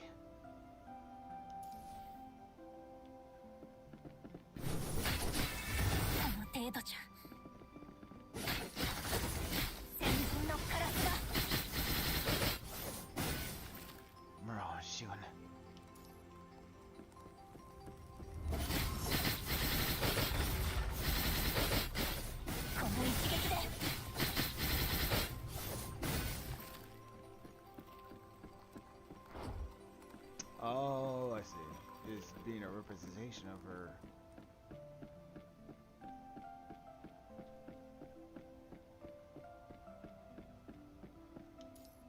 The great ones you believe in will end up just like them.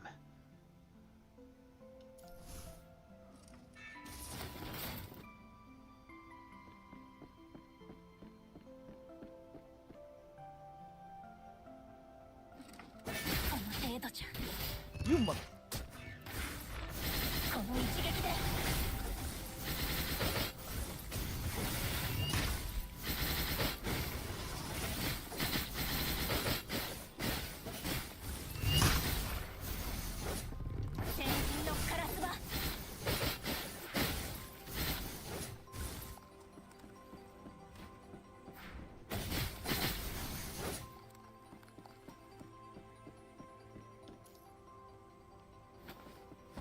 Maybe you can move from your memories. Things like this will happen again.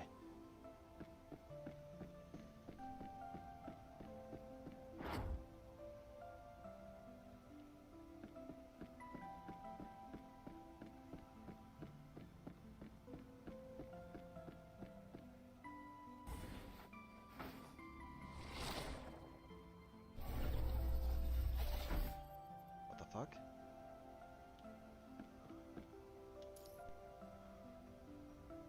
Lucia, are you also going to leave me?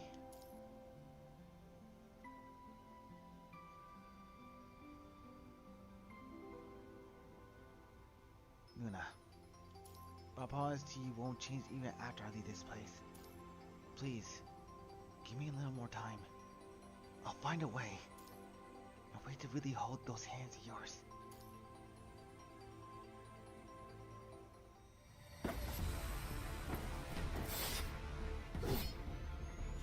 Are you me before the divergence point? Why are you here? Because you've completely accepted me. Come, me in the future. Let me lend you a hand. This is your reward for facing your past.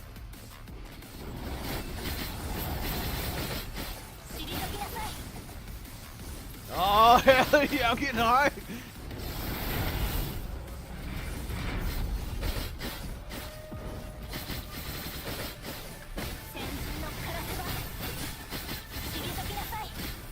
Let's go all out!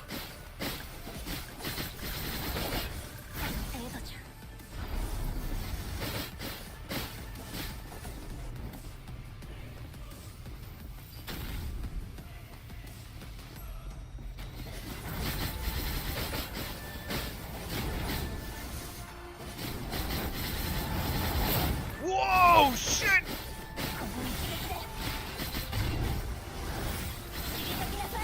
Woo!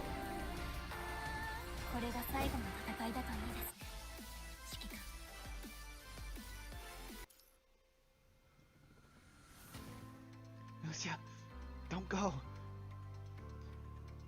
The defeat of Luna slowly dissipates, but Lucia still steps forward and holds her in her arms, gently caressing her face. Please, forgive me. I had to keep my promises and find you out there, so I cannot stay. No matter what you choose this time, I'll be with you. But the Luna there is a bad person. I won't see you anymore. That's okay. I swear I'll find you. Promise? I've been staying in a room where I can't see. It's so dark there. I'm scared. If you're so scared, then hold my hand until you fall asleep. I won't let go this time.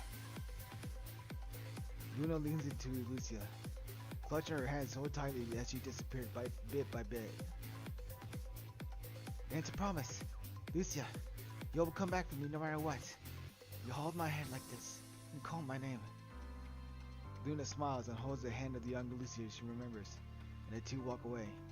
Little by little, their figures disperse and fade, returning to the depths they came from.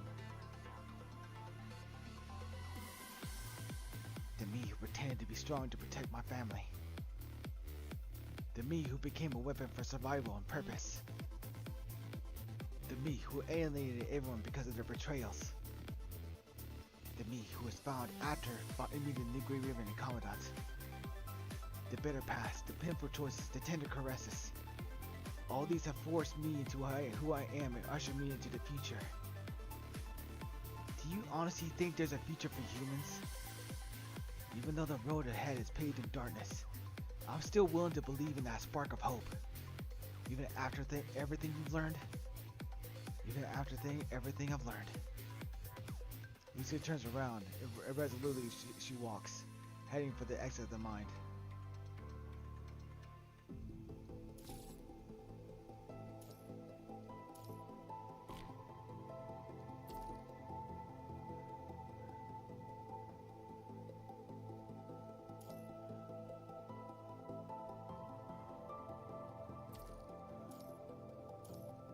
I think I just go. Yeah?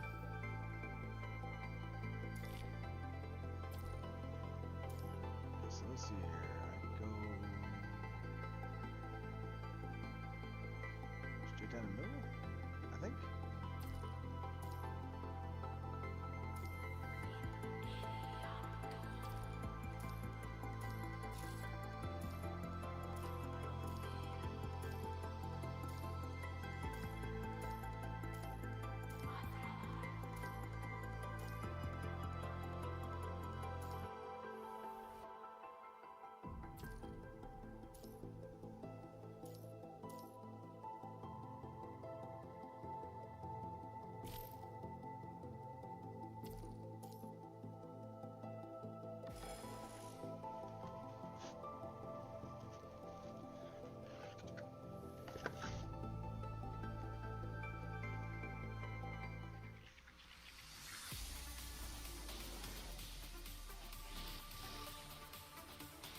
これで全てが終了した援助が欲しいってひざまずいてこういうなら助けてあげるよ。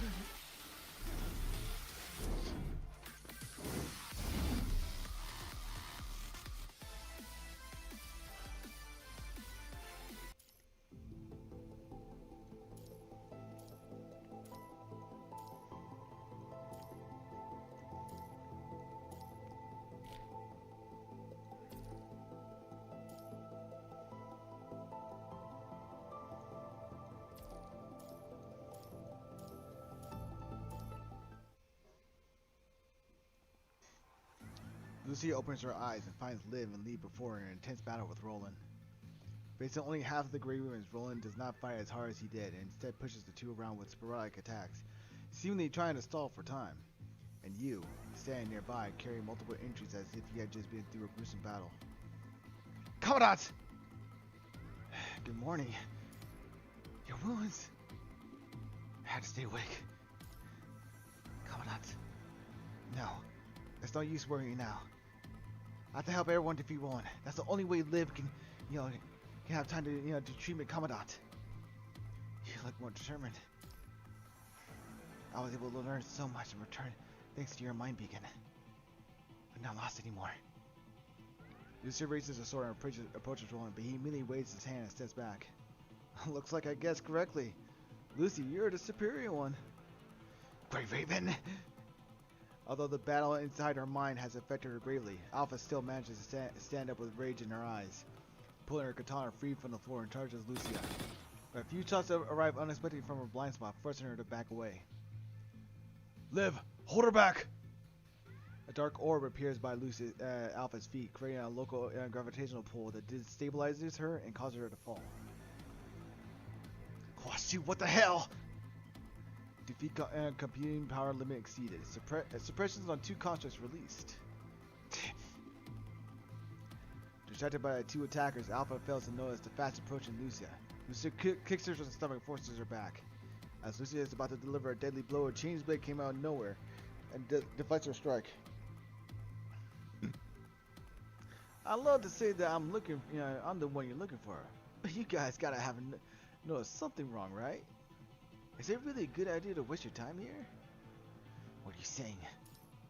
Oh, come on. You aren't serious expecting me to explain everything. There's someone bigger after you, isn't there? Insightful, Commandant. Thank goodness you've noticed. You still have a bit of walking to do. Let's leave now, lest you miss the show.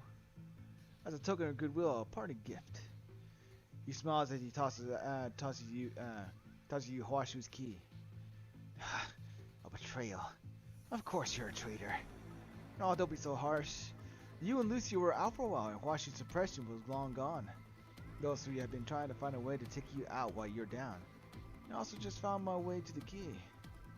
Had I not protected you, we'd all be too late now. What are you planning? That reveal I'll save for the next time we meet. Now, get going, or you won't make it in time. Let's go. You wish. Hold on, Alpha. I'm the one you're looking for. Roland stands between Alpha and you and gestures for you 4 to go. Thanks to that, Lucia, I think I could probably take you on now. What are you after? Roland stops smiling for once. He looks at Alpha. Wait, what did he say? Unwavering. I've only ever wanted one thing. But telling you now would be really stupid. Seems to me you prepared for the consequences. Okay, let me look at the map. Oh, okay, I'm there right now? Okay.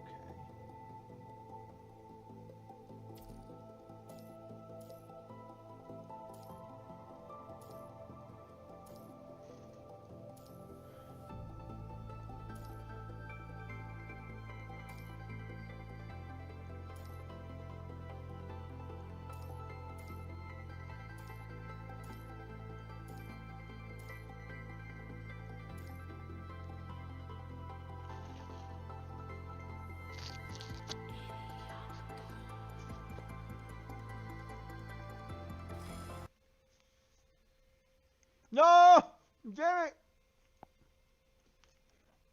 That better not kick me out, damn it!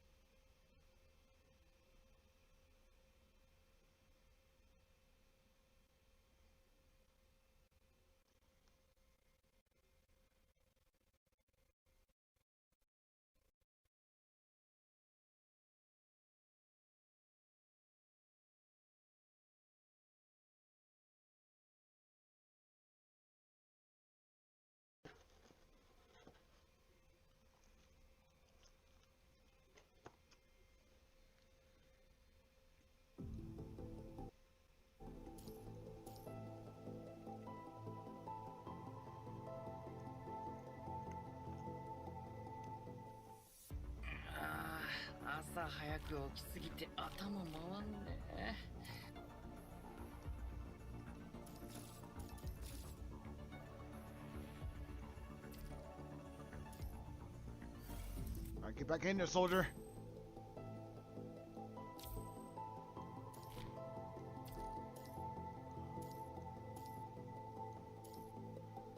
I go through again.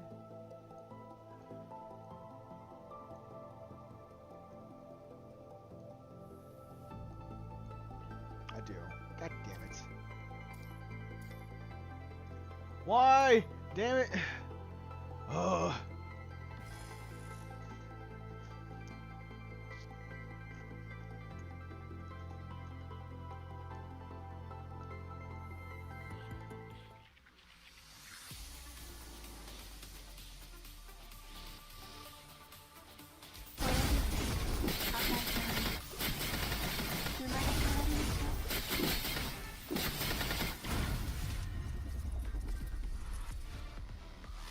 Asc-Net ネットワークの力よ。分かった。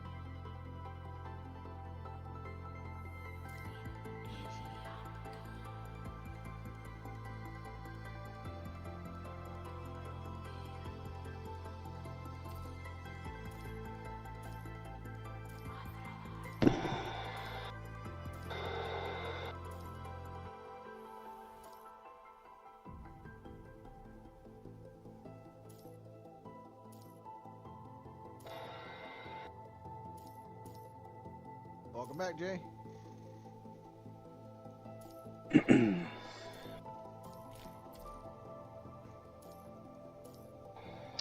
I just decided to have it muted.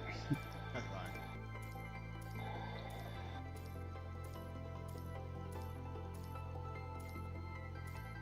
Wait, what the fuck? Did I just go back in the loop? Wait. Ah, shit! Wait, did I?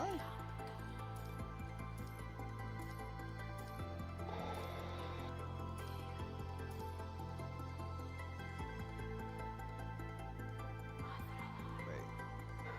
Is that me going back, or... Did I fuck it up? Elevator?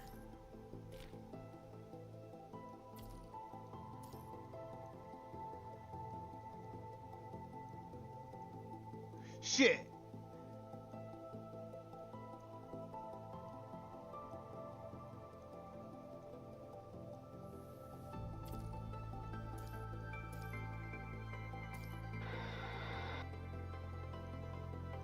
Yeah, god damn it.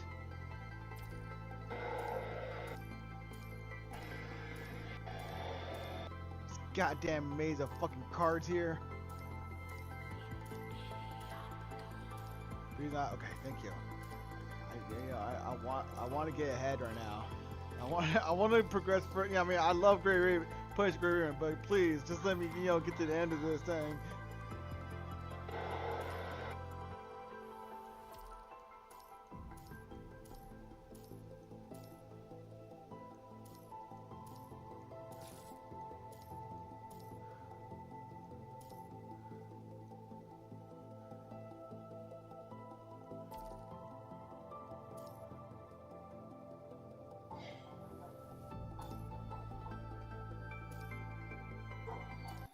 Okay, here we go. Standing at the vantage point, Gabriel looks at a map of the city. Red dots seem to be moving forward toward the city from every direction. Not only does it not work, it's also attracted vermins. The signal jammer is functioning well. This underground facility is holding up better than I expected. Now that you've come this far, you might as well stay here for good. The ground quivers as Gabriel speaks. The red tide breaks through the sewers and erupts out of the ground. As the red tide rushes to the distance, Gabriel turns around and walks down the stairs. Next, the final step. Outskirts of City 075's ruins. There's a strike hawk. We've arrived on the outskirts of City 075. The area looks clear at the moment. So at the correct we'll begin searching for Huashu signal along with the planned route. Chrome keys her finger on the comm device and gives a status report to Babylonia while reading the information on the screen. Cam, how's it look? Communication has been unstable since we arrived. The closer we God damn it, Jay, it made me feel like I got my own throat dry here.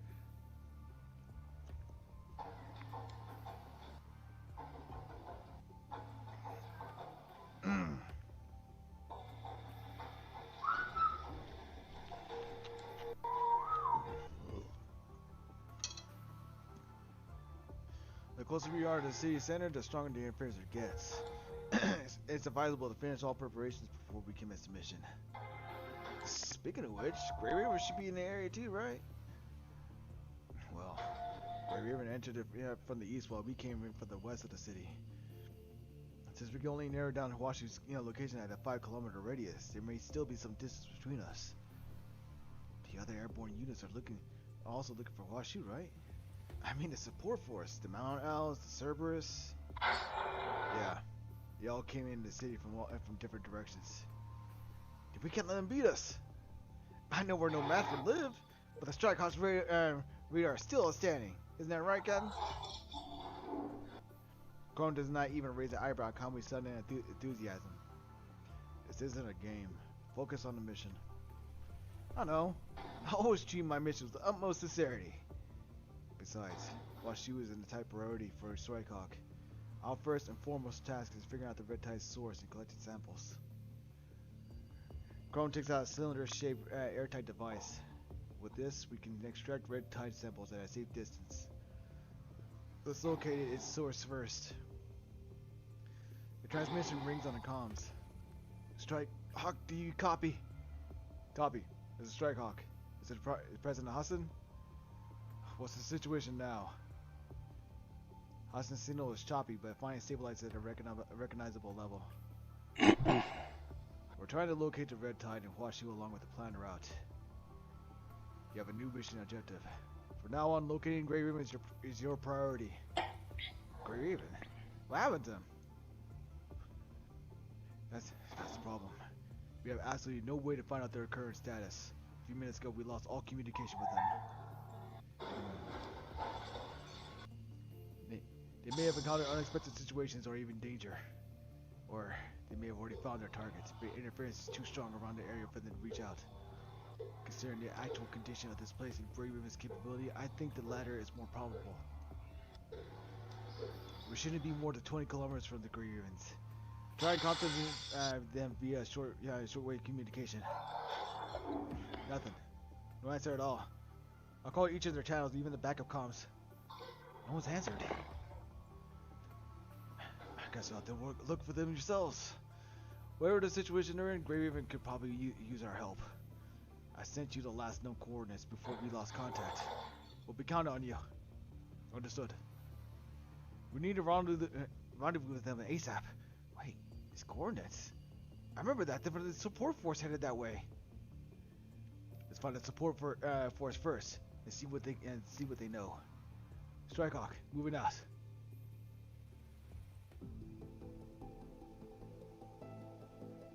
This is it.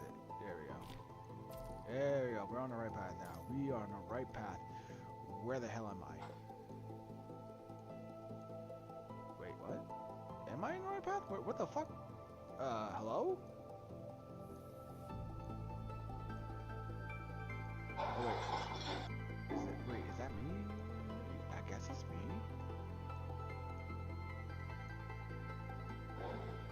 Oh, wait. Okay, so I'm wanting to get to the left side. Question mark?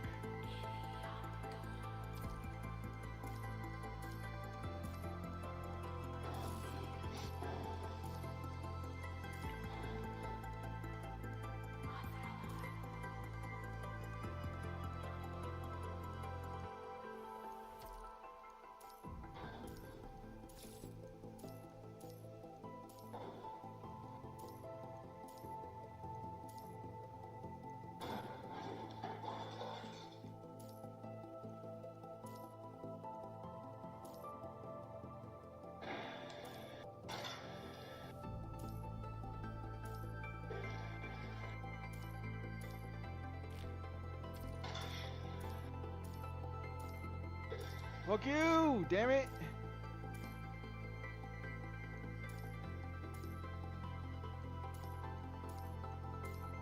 Send me right way in the back of the back. Damn.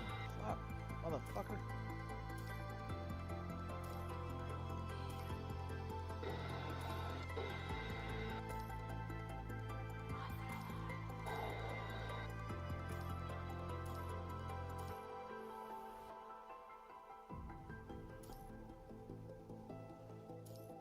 So let's see.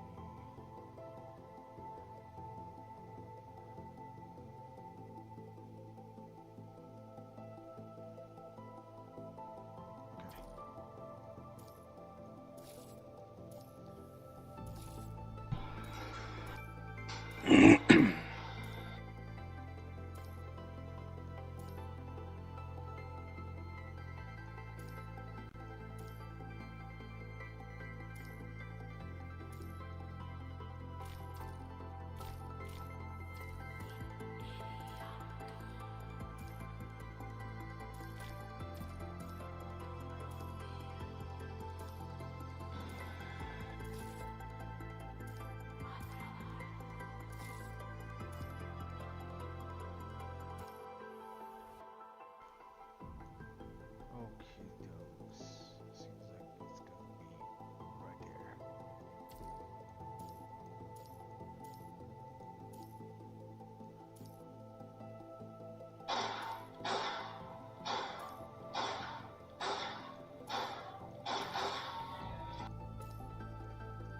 You sound like you beat the shit out of something just now. It was stuck inside the base. I had to kill it. Wait, what was stuck inside the base? One of those little flying shoulder mounts. I don't know how the fuck it got in here, but couldn't tame it. So I was like, might as well kill it. Oh! That's unexpectedly brutal.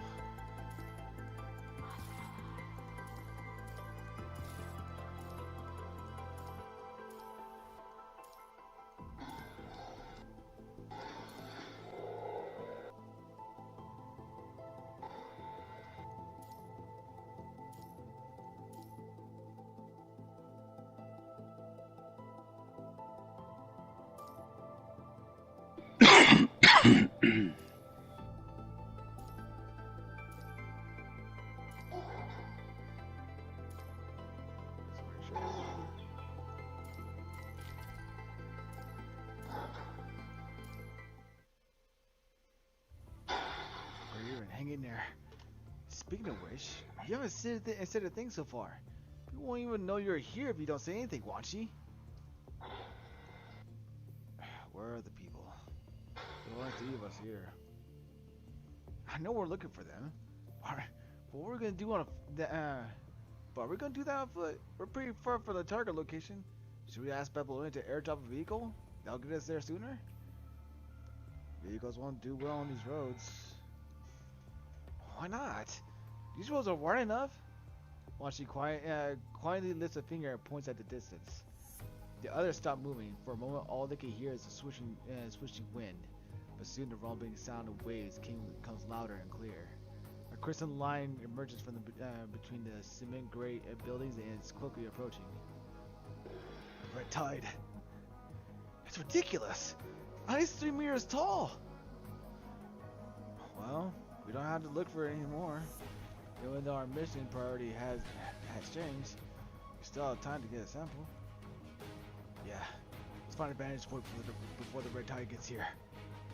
I had to say, that thing looks so gross. I don't want to be anywhere near it. According to Asimov's initial analysis, it's a combination of the punishing virus with certain impurities.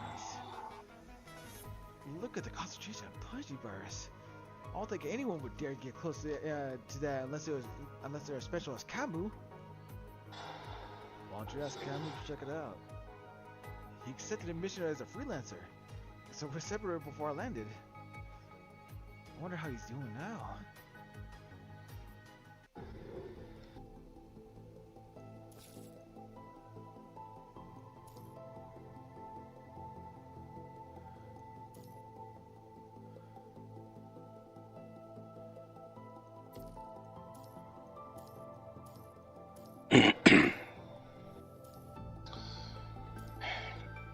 I need to get dung beetle.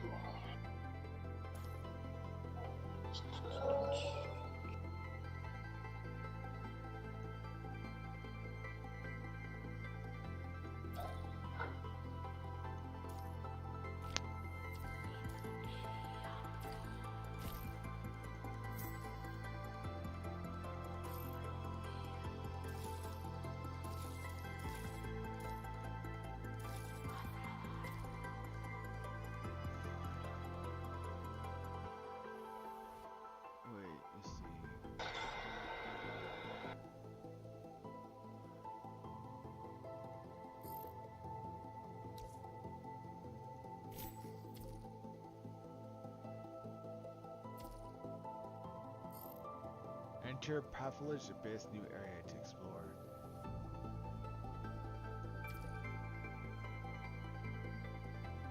Wait, is that?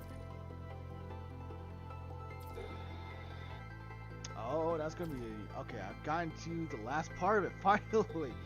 Fucking Christ.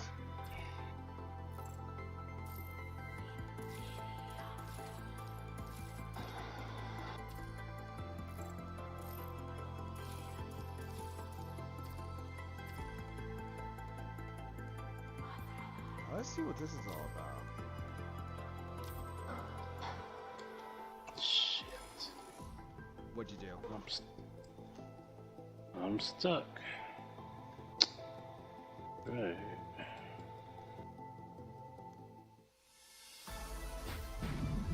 What the fuck are you? Ow! Jesus! これが全ての修理となる代わりにひざまずいてコールなら助けてあげるよ。これが全ての修理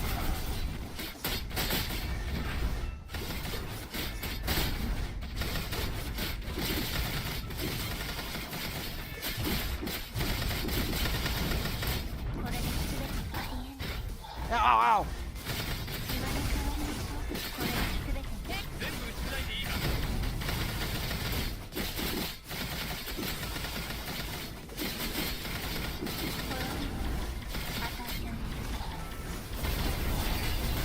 Where are you going? 欲しいってひざまずいてコーヌなら助けてあげるよ。 Now see. Now I see why I don't like staircases that much. Whoa. Oh, did you try and make a staircase for the base or something, or what? I mean, it made a spiral staircase, but I don't like that shit now.